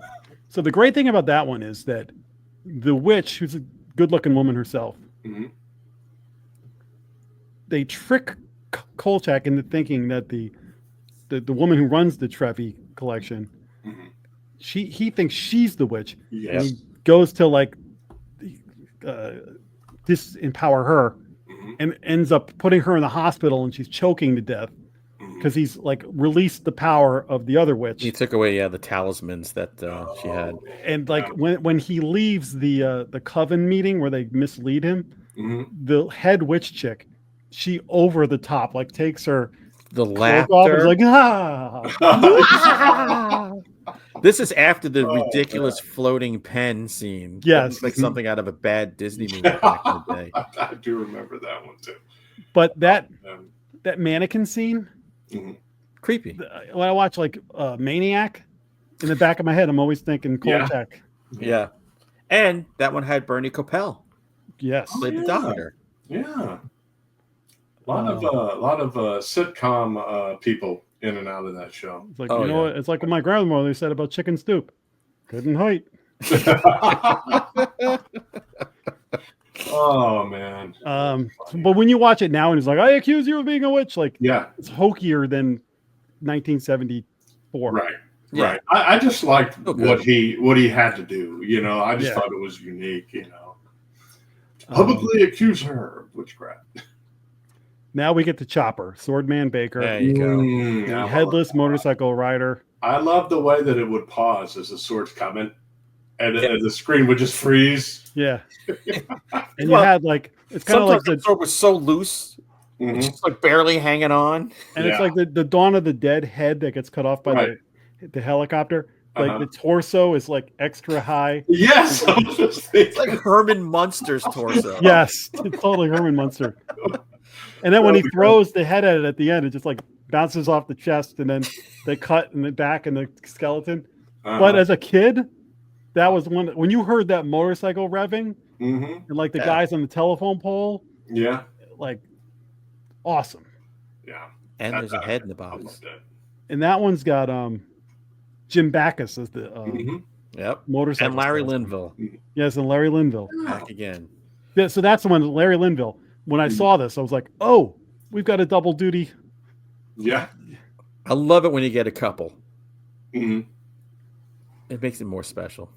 Because they're like, oh, let's bring Laurie back. Well, he was in no one's gonna Exactly. No one's gonna care. Just like the Odd Couple origin story. There were 7 of them.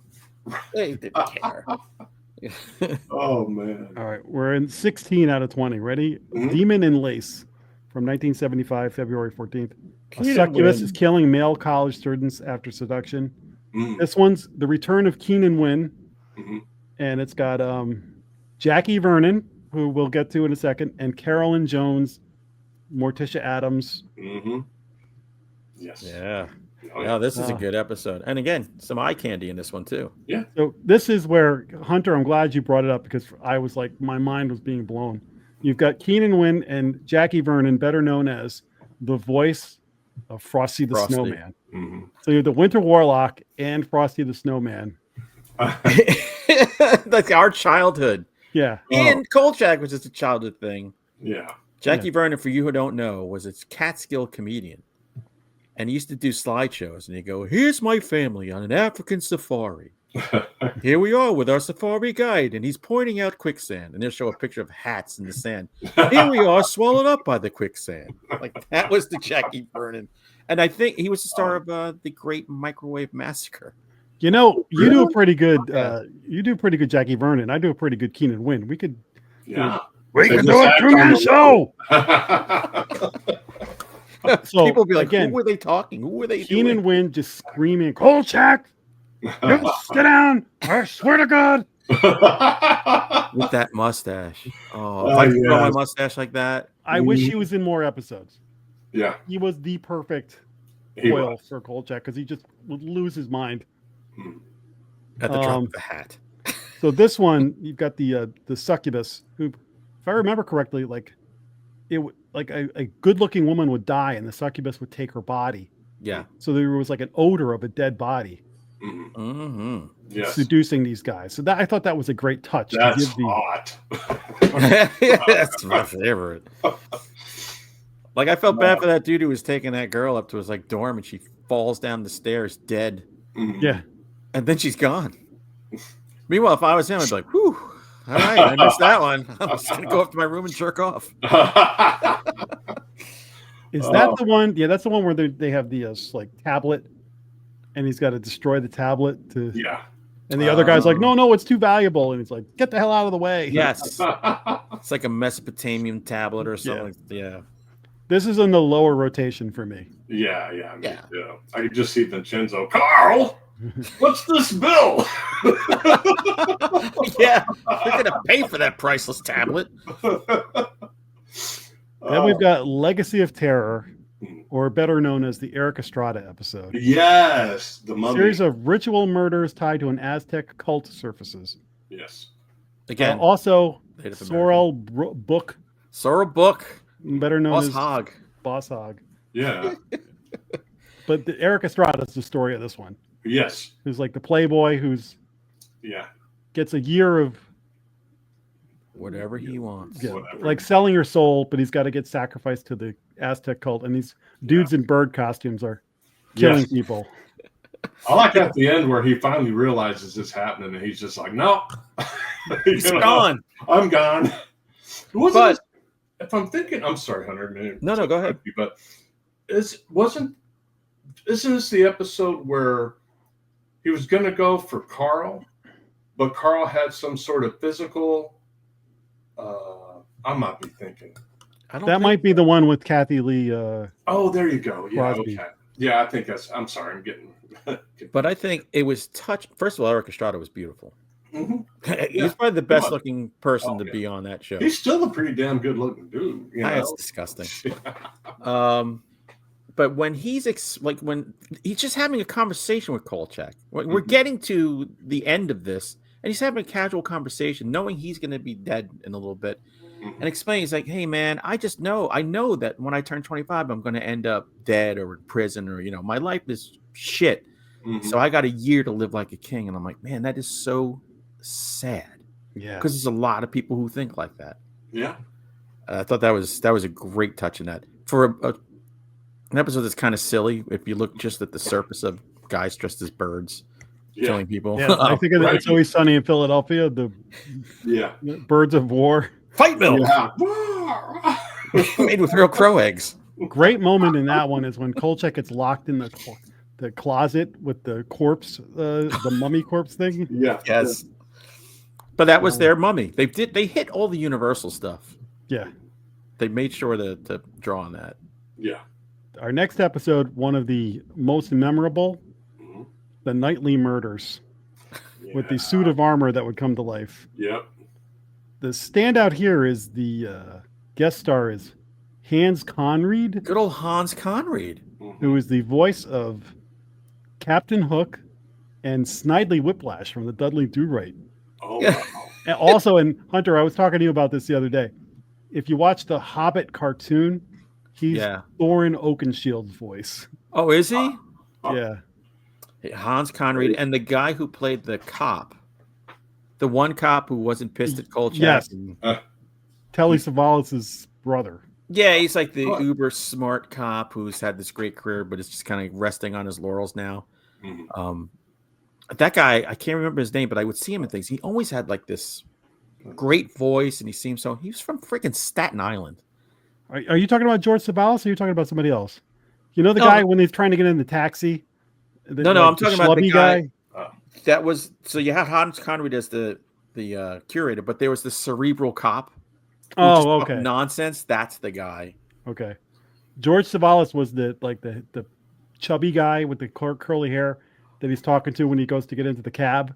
And he puts the mayonnaise on his hand? Yes. He's trying to get the ring off? Yeah, that's Telly Savalas' brother.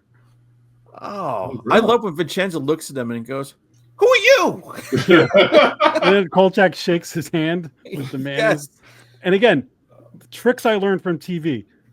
The mayonnaise for the ring and Jan Brady with the lemon juice for freckles. Right. But the mayonnaise didn't work. I know. I think Vincenzo's Yoga didn't work. Was John Daner? That's it. That's his name. Yes. I think I'm pronouncing it right.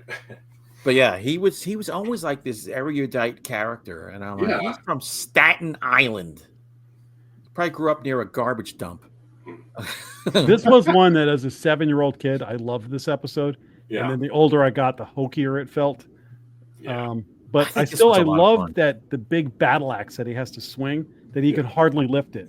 But he just gets it up enough just to hit him with it. Right. And thank God that knight falls on it and he has it pointed up on the floor just enough. But I love that episode. I absolutely love now, only because of the actors and the performance they were giving. It's the funniest episode in I think the whole oeuvre. But also a woman gets murdered with Kolchak in the next room. Passed out. Yeah. With perfume all over him. That's a rough episode. Yeah. All right. Now we're into the youth killer, second to last episode. Yes, that's what I was Kathy Lee Crosby. Kathy Lee. Oh, actually, you know what? Again, I was reading wrong. George Savalas is in this episode, not the... Oh. That's okay. Oh, that's right, because the ring means that she was going to take his youth from him. Yeah. That's right. So he has a ring. So there's she's going after she's got she's like a Greek goddess singling perfect people to steal their youth, and they join a dating service. Her dating service. So she was dating service. By the way, when she looked old, they just put some clay under her eyes. Yeah. Everything else looked perfect. Well, she she kept replenishing. Yeah. This was a low rotation one, but a very memorable one. Oh yeah. And like I said, that's the one where she couldn't steal Kolchak's life force because he wasn't a perfect specimen. I don't remember exactly. This is one of the hokier endings because he runs off after the cabbie tells him, well, you got to destroy her temple. So he just knocks some things down, breaks some stuff. And she's laughing, going, you're an idiot. And then he pulls out that fake eye, that glass eye of the guy that she killed before. Sammy Davis Jr. And he's like, it's a clinker. And that gets the god Hecate or whatever to kill her. I'm like, so did Hecate not realize this the first time? Why did it take Kolchak to tell a god that she got it wrong. And this is where you could feel the writers running out of gas. Yeah. Yeah. Sorry, so let's get to the last episode, which, Hunter, you calling this like one of your favorites? From the minute I saw this one, this was like my least favorite episode. Because when I saw the Sentry, special guest Tom Bosley, a lizard-like creature stalks a subterranean data storage facility. I mean, the second I saw that puffin stuff looking lizard man. Oh, it's so terrible now. It reminded me of that thing that Kirk fights. The Gorn, yeah. The Gorn. But it was also whoever was in the suit was really thin. And the head was so big. It was like the Geico lizard. Yeah, the giant head with thin, spindly arms and legs. I'm like, oh, wow, that looks... It was just kind of like... It was like a ball game mascot. Right. Trying to get its eggs, and he's driving... It was Iron Mountain, I think, was the facility, and he's trying to drive through those... So it's similar to you're in a sewer, you're in a tunnel. This is your underground in this thing, but at least you have a golf cart. It's coming for the eggs. Yeah. I don't know. As a kid, probably that and the Mr. Ring. Those are two of my favorite, only because you had a robot and you had. Those are two of my least favorite ones. Well, the Sentries I liked a lot. You know, I mean, I dug that one. Look, I don't hate it on a rewatch. On a rewatch, I enjoyed all of them. Yeah, and I'm happy I went back because I actually watched these in order of least watched. So like yesterday, I watched The Vampire last because I'm like, okay, I've seen, you know, I'm trying to watch the ones I watched the least first. So if I don't make it, I watched Trevi Collection like 6 months ago or whatever. Right. If I don't watch it again now, it's not the end of the world. But yeah, right. I watched them in order.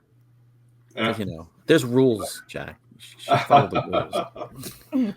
Oh man, that's fun. So let me ask you an age-old question. There was, first of all, there was a reboot of the Night Stalker with what's his name? Gabrielle Union, Stuart Townsend, and Gabrielle Union. Yeah, which I never saw. I saw about 10 minutes of it, and I just maybe. No. I know that there was a nod to Darren McGavin in the opening credits or something. I watched like a coming attraction of that show, and I was like, well, whoever made this has no affinity for the Night Stalker. It probably has never seen it. Right. Someone gave him a log line, and he said, "Oh yeah, I'll make a show after that." That looked terrible. And Stuart Townsend, if you're looking to try and capture the spirit of Kolchak, he's not the right guy. No. So I wanted to ask you guys, if we were to reboot the Night Stalker, who do you think might be a good Kolchak? I've got some ideas here. I have my Kolchak. Well, you know, there was they were talking about doing it with Rob Schneider like years ago. Rob Schneider, you can do it? Yes. Yeah, they were actually talking. They said, "Oh, he'd be perfect." You know, he had that. They thought he had the same vibe. I mean, it didn't happen. Filipino comedian. Yeah. You know, man, that is a good question. It's hard to imagine anybody playing. Kolchak, what are you doing? Making copies. That would be terrible. I'd rather have Mango as Kolchak. Right. Gosh, you guys got me thinking now. Here, while you think, I'll give mine. I got a couple, but go ahead. To me, there's only one, and he could pull this off perfectly. Sam Rockwell. Now, okay, Sam Rockwell's on my list. I don't know if he would do TV, but if he could get a movie, reboot it with a movie, oh my god, he's just got it. I think a movie would be the way to go with this. Yeah, I think Sam Rockwell. I was gonna say Bryan Cranston because I think he's physically got it, and I think he could pull it off. He can pull off the funny and the serious. But then I thought about it a little, and I said, "Wait a minute, Breaking Bad.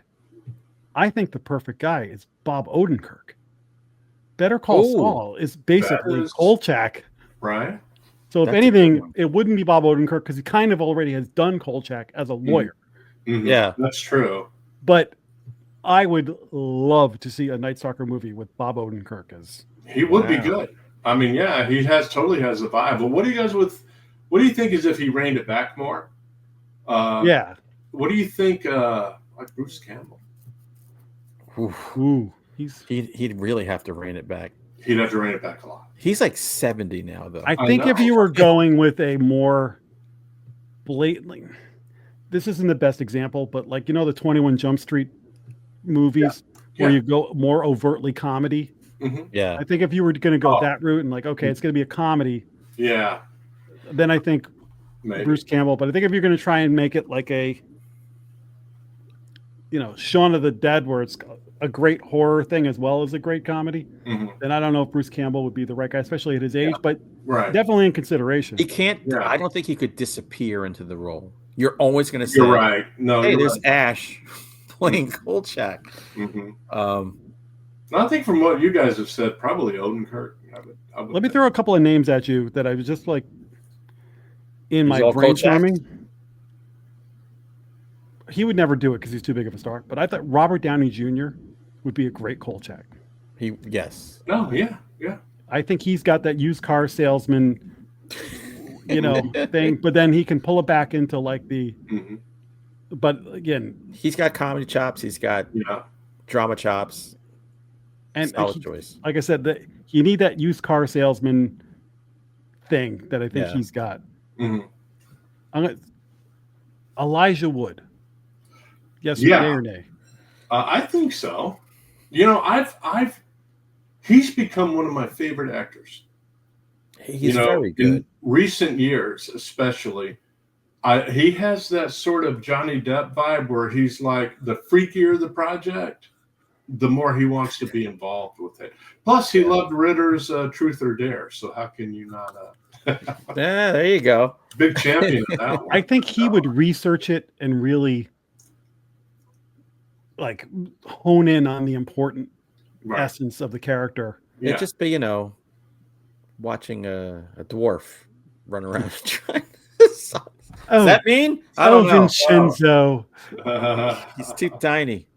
How about Dan Stevens? I could go with Dan Stevens. Okay. He's got a little sinister thing going, so he may, but he's a very, very talented guy. Yeah, it's a good one. I'm liking Odenkirk and Rockwell in my team. Another guy who doesn't look the part, but I think could really pull off the personality. Oscar Isaac. Okay. Yeah. Fascination with him.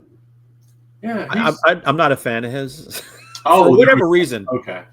Doesn't just he doesn't get me. All right, if we're talking big budget, is Chris Pratt good or not? I was thinking of him when you brought up Downey Jr., but I think he's a little too, you know. Everything. Handsome. How about Andrew Garfield? No. I could see that. Too young. See that. Well, he looks really young, but you know. Do you have any Elijah Wood? Elijah Wood is not as young as he looks. Right. No, when he's 70, he's gonna look 15. He's just one of those guys. Did you think of any Vincenzos, Jack? No. Let me give two more Kolchaks, and then we'll go to Vincenzo. Wow, you got a lot of Kolchak. Evan Peters, who was the American Horror Story kid. American Horror Story, and he was the Quicksilver in the X-Men movie. Too young. That might be. And then coming off the Fall Guy, Ryan Gosling. Good comedy dude. He can do anything. I would let him try. Yeah. Okay. I think big budget remake. He might be the more likely guy to do it than Donnie. Now, if they did a remake, would you want it set in the 70s or modern times? Well, 70s. I would want 70s. Yeah. You know, that's my issue with all these I Am Legend movies. You know. Yeah. Go back to the source. Yeah, and I want Kolchak with like a film camera and telephones and things like without a cell phone to save him when he's in a tight spot. Yeah, he needs those limitations that he had, you know. And then he's not a blogger for a website. Right, yes. Yeah, no, I think, have to be in the same time era. You know, definitely. Now, you want to hear a wild idea I have for Tony Vincenzo? I think he could pull it off. Kevin James. You need a bigger guy who can be loud. He's done horror. That's true. And he knows comedy. He could. I could see that. You know. And he's the right age now. He's in his upper 50s. Right. I don't know. Maybe. Mm-hmm. Yeah. Or Bert Consider Kreischer. it. The How comedian. about D'Onofrio? Oh, D'Onofrio for sure. Mm-hmm. Hell yeah. That's a good choice there. Think outside the box. Danny DeVito. Oh, DeVito. Kolchak, you unzipped me. You unzipped me, Kolchak. Call me Mantis. Danny DeVito playing Frank Reynolds playing Vincenzo. Oh my God. Charlie Day as Kolchak and Dennis as the vampire. There you go. Yep. Oh yeah. And then Matt can be Ron Upright. Ron. Yeah. This practically writes itself. Kolchak, get to the park. I'm stuck in a coil. I can't, Vincenzo. Oh my God. We should repurpose. Always Sunny has to stop sooner or later. It does. And they're all getting to the right age. Yeah, Jack, right. we got to find them and we have to have a beer with them and talk to them. Yeah, talk him into it. Definitely. I'm closer to Philly. I'll grab them. Right. Actually, now that we said Charlie Day, it made me think. You think Jason Sudeikis could do Kolchak? Did you see? Oh yes, he could. Yeah. After coming off of Bob, what's his name? What's the great soccer show? Oh God Almighty! And I'd never watched it, but I know the name It's of it. the best show. Like Ted Lasso. Ted Lasso. Oh, okay. Yeah. Yeah, he could do that. I think Sudeikis put him in the mix. Mm. All right, real quick, because I know we're going long here. What is it, like midnight? I've got some Kolchak books. Oh, yeah. I've got this anniversary nice comic book. Yep. Oh, very nice. 50th anniversary. Who wrote that one? This has got a whole bunch of people in it. Is it like an anthology or? Yeah. Oh, okay. And somebody we know is in this book. Really? Yeah. It's where is he? I'm gonna find it. I'm really curious right now. Tim Wagner. Oh, Tim Wagner wrote a story for that? Yeah. Oh, freaking Tim is everywhere. He is everywhere. So this was for the 50th anniversary. This, I think, was Moonstone. Yeah, this is Moonstone. Moonstone? So it's Kolchak Comics. If I got to write a story for a Kolchak comic, I would just quit right there. That's a mic drop for me. Right. I'm done. There you go. So I've got a couple of other. So if anyone wants me to stop writing, put me in a Kolchak comic, and then you'll never hear from me again. I've got another couple of Kolchak Moonstone collections. Mm-hmm. Those look so good. Yeah. But the comics are hit or miss. Like I just kind of like having them as a collector. I couldn't find it. I have the Kolchak Companion somewhere in my box, which is like the ultimate fan. But I have had, and I donated some to get them back out in circulation. Yeah. Some of the actual novels that have been written. This one is by C.J. Henderson. C.J. Henderson, who I met at a show. Yeah, C.J. He was a character. I could tell you stories about C.J. This is a signed copy. I'll tell you one. Yes, please. Well, he passed a few years ago. Oh, did he? So that's worth more. C.J., when I was working for Scholastic Books, I had an opportunity to bring some writers in on some young adult series. That's when I did Confessions of a Teenage Vampire.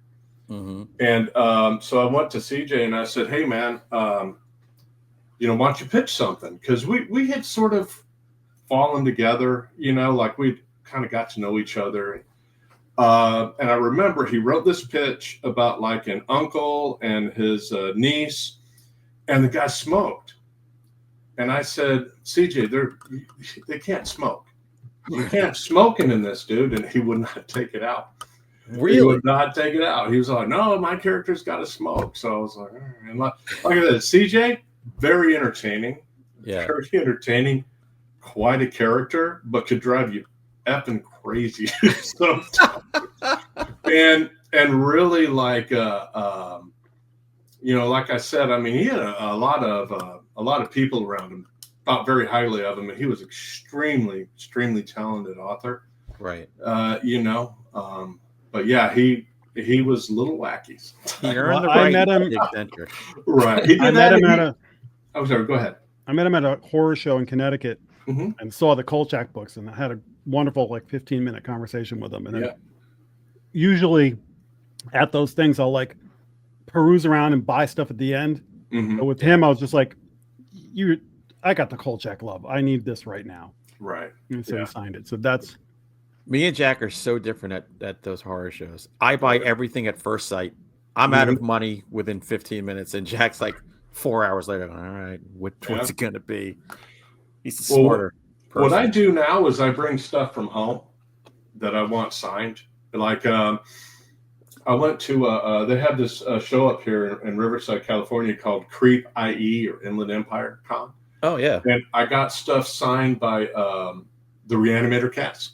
Nice. Jeffrey Combs, Barbara Crampton, who I've met a few times, and the actor that played Dan. Oh my God! Yeah, I can't remember his name. But I got them to sign some stuff, and Ken Foray was there, and I got him to sign my Dawn of the Dead. I threatened to kick Ken Foray's ass once. Really? He hit on my wife, who was dressed like a not a slutty vampire, but a vampire at Chiller. Oh man! He kept hitting on her, and I'm like, all right, whatever. So then I saw him a few months later when I was with Sam Hain Publishing, and we were there together at Horror Find in Gettysburg. And later at night, Ken Foray's an enormous human being. Oh yeah. And I'd had a few drinks. He'd had a few drinks. He's with his buds, and I'm in the lobby or whatever. I go, yo, Ken, what the fuck is your problem? And he goes, what? I said, you like hitting on my wife, motherfucker? I said, why don't you go outside?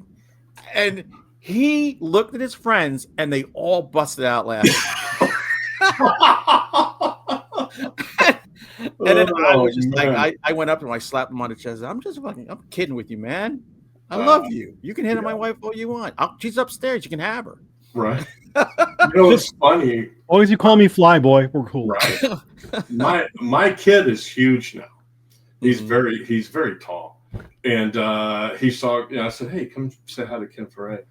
And Ken Foray put his hand up. And I went, wait a minute. And I said, Ken, can you put your hand up? And he did. And I said, Terrence, he swallowed it. My kid looked like a 5-year-old. He was so humble because he thinks he's like, yeah. He was just like, whoa, So, yeah, I was shocked at how big he is in real life. Yeah, he is. He is definitely tall. And he had every right to laugh at this little white guy threatening to kick his ass. Yeah, yeah. I'll never forget. Speaking of that, I got to tell you a funny story.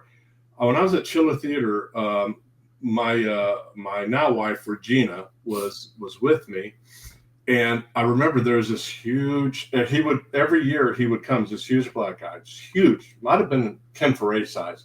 Always wore a leather trench. Always wore sunglasses and things and all that. And the big vampire guy? Yeah. I know that guy. He's still around. He is. I wouldn't doubt it. Anyway, he would, Regina and I were kind of in that, we were just starting to get together kind of thing. And she'd be like, you care if I flirt a little bit? And I'd be like, yeah, whatever, And I remember he would just buzz around her the whole time. And I had a few drinks in me, and he did something that set me off. I don't remember what it was. But I stepped up to him and had to look.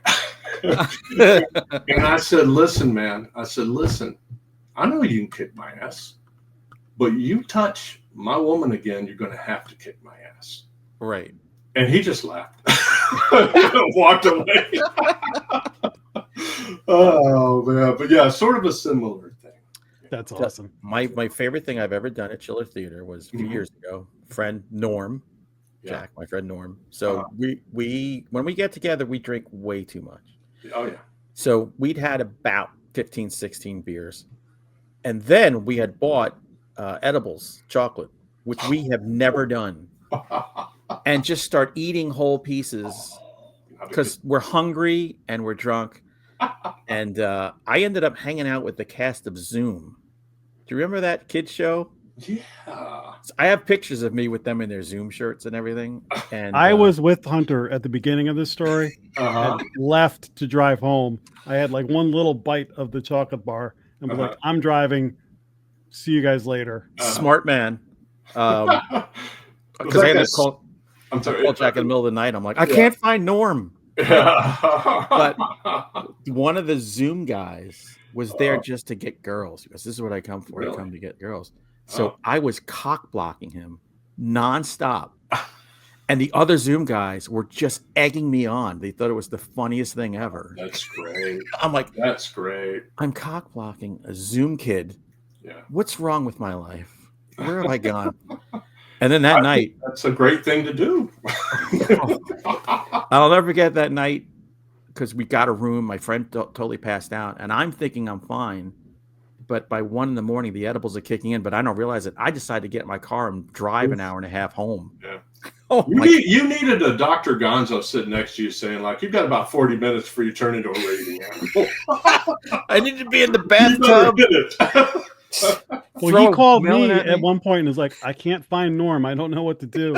And I was like, dude, I'm like 2 hours away from you. I don't know what to tell you. That's hilarious. Because it was cold out, and I knew he was outside somewhere. I'm like, if he goes to sleep, he's dead. Yeah. I got to find him. That is hilarious, man. That was the last time we were able to do that one. Yeah, I know. We've all got some great stories. Stories that my dad didn't have. Yeah, exactly.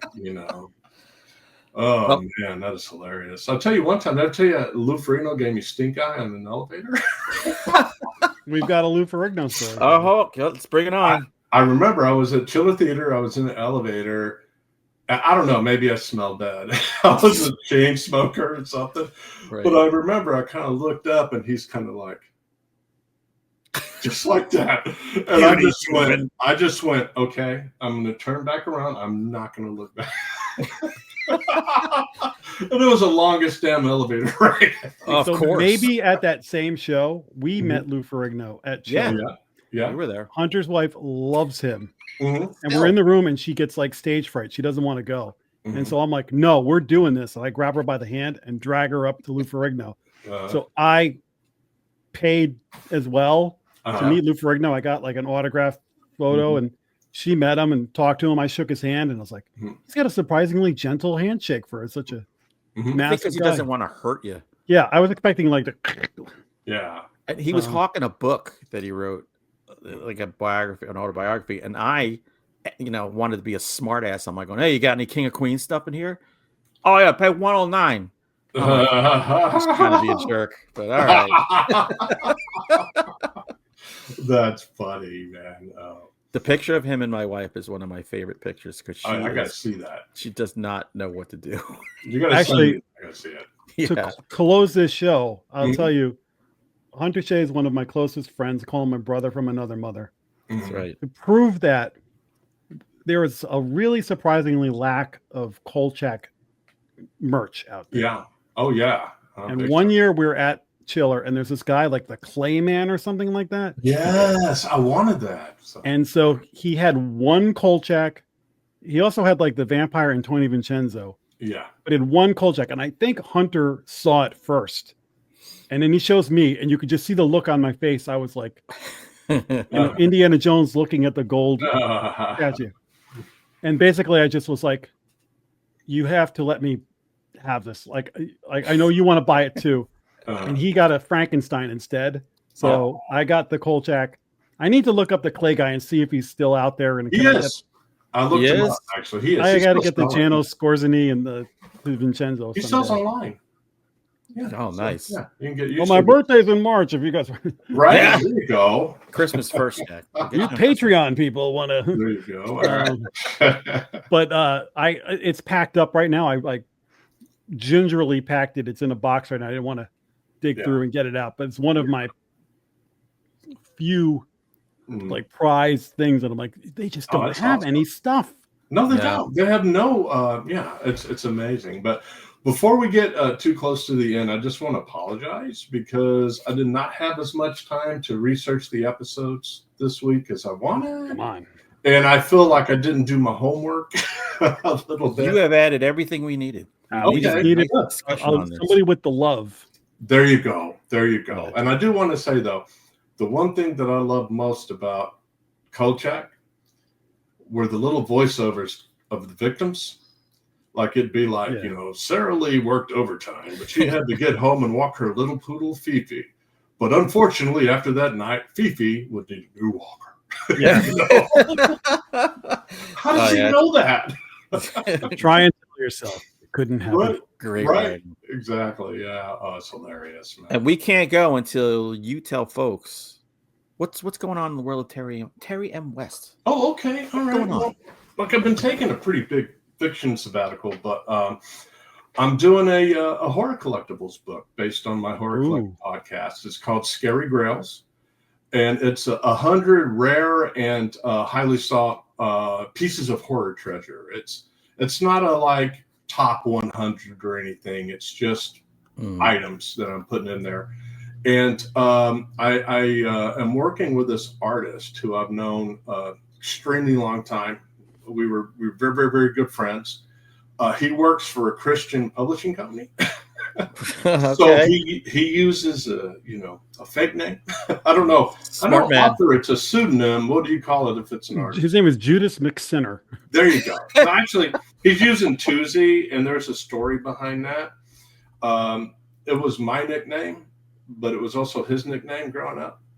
Oh, and cool. I was ZY, he was ZIE, and so it's. So he's using that, and this guy's phenomenal. He's really brought the game up. I mean, you guys have been seeing This is all the artwork you have on Instagram? Yeah. Oh, it's so awesome. good. I have a year worth of that stuff. We've been like, collaborating. Wow. And I give him an idea, and he just does it. And he does it all in different styles. I mean, it's really, really, I'm very, very proud of the work that's going on. And I'm up to like 75 items. And, we talk almost every day, go back and forth. And he sends me, what I need. And, I'm really, really, really happy, with the work he's doing. And it just looks top notch. And I always thought I was okay with design and stuff, but he just does. I'm not jealous of other authors. It's a very rare thing. Yeah. I've been jealous of all that artwork you've been sharing. Yeah. I'm like, I would kill to have somebody doing this for me. Yeah, he's just real. Like I said, he's really good, and he uses me, as the main character in a lot of them. Yeah, that's the best part. But he did one, and I did it specifically for you guys, and I'll email it to you. Did you see the Night Stalker? Yes, I saved it. It's Kolchak instead of the cross holding up money, and there's this monster hand with a collectible. Oh, Jack, it's awesome. Yeah, it was pretty cool. I gotta check because I follow you, so I may have seen it, but I gotta check it out. Well, he made me on Instagram. It's on Instagram, YouTube. While we're talking, I'm gonna. Okay, but he at first he made it me, and I'm like, no, make it again.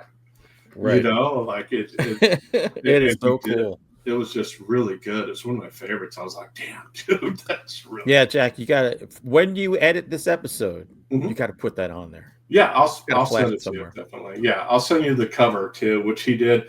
He did I had a cover design, which was okay. But we were getting kind What's your handle on is it Horror Collector 31? Yes. Yeah. And he said, "Do you want me to?" I said, "I want you to redo my cover." And he said, "Okay, well, what do you want it?" And I had a strip where, the horror collector's holding an 18-inch Kenner Alien, and it's busting out. Oh, this is awesome! Yeah. And I said, "I really like that. Can you put that on and just make the cover pop?" And he sent it to me about a day later, and I was just like, "Oh God, it's so good." Yeah, he's got some he chops, man. He does. He's digital. He's mixed media, and what I like is he'll make things look a different. Like I'll say, let's go more for this style, and he'll do it, So we all need that guy in our lives. Huh? We all need that guy in our lives. I know.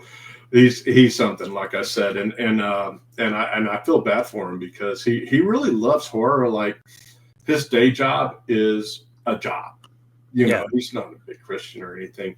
If you've ever gotten religious pamphlets on your doorstep, chances are he might have decided. Oh boy, the tracks. Oh yeah, he does that. He's real big about that because we're both Texas boys, and you know, and but yeah, it's pretty funny. And he kind of came at a time where I was ready to sort of just like, you know, like haven't done a podcast in forever. And just the minute we got together, just totally like brought me back. Like, okay, man, shit, this is gonna be great. We all need that. Yeah, we do. Need that shot in the arm, you know. Yep. We'll put all your links in the show notes. So okay, yeah. Like I said, I'll email you guys a couple of some images and stuff. But you know, Kolchak. Yeah. And that's the thing. When you say like who could play him, no matter who played him, it would just be a pale imitation of me. Yeah. Yeah. You know, you can't beat Darren McGavin. I almost feel like it would be better to have like his grandson or nephew or something, and so it's like, or Carla Kolchak is least, or AI hologram. There you go. So it's like to do the Tupac. I was telling Jack before you jumped in, Hunter. Yeah. That, you know, about my hat. I said, you know, I see myself in this hat. Nobody that I've ever seen in this hat, myself included, people online, whatever, it just looks weird on them. Yeah, I mean, because it's just, that was just so his thing, you know. Unless you can find that blue seersucker suit, maybe that'll do it. Oh, I saw a guy that was all, he replicated everything perfectly, you know. I was in Austin, Texas once at a store, I forget what that was called, but they had the exact seersucker suit. Yeah. And I was looking at it, and the girl I was with had no idea who Kolchak was or anything. So I couldn't really express, but I'm standing there looking, and she's like, "What are you doing?" And I'm like, I can't explain this to you, but I want this so bad. Yeah. But I can't get it fitted and ship it back to Connecticut. I was like, damn it. Lost opportunity. Oh, man. And one last thing. When I was a kid, I remember I had to like go to church for Easter. Mm-hmm. And so I had to wear like a jacket and tie. Again, like 8 years old, whatever. And I come out with white sneakers on. Yeah. My mom was like, "What the hell is that?" I'm like, "What? Kolchak wears this. He wears a tie and sneakers. Like, get back in there, put your shoes on." Oh, man, that's fun. I might be running from demons. Right. By the way, this has been great. Yeah. I'm so glad we did Kolchak finally, and we did it with you. Yeah, like I said, I feel like I was a little off, but you know, I think you could tell from all of us how much love we have for this. Oh yeah, most definitely. And for those of you out there who love Kolchak, head to Peacock. You can see every episode on Peacock. Go to YouTube. You can see the Night Strangler and the Night Stalker. If you want to look at my garage and see if my copies get are the 4K Blu-ray. Right there, you go. Most definitely. So yeah, this has been fantastic. Yeah, enjoy the heck out of it, guys. I appreciate it. It's been too long, you know. Well, you know, we find very special things to have you on. Yes. Well, one of these days, I'm going to have you guys when I relaunch it on the Collector Podcast. I think I'd love to do that. Please. You know, it'd be a lot of fun, I think. So, yeah, we'll make that happen. I'll dig out my Kolchak for that one. There you go. Yeah. Yes. Absolutely. I'll find my Frankenstein who's missing a hand. I want to get the hat, but right now it's like $130. Yeah, it's expensive, but, you know, especially with the tariffs now. Yeah, forget it. It's going to go up. I get this band from Cuba. Oh, man. All right. All right, everybody, guys. Let me sign us off. Everybody out there. Well, first, Terry, thank you for joining us. And everybody else, see you next time on Monster Men.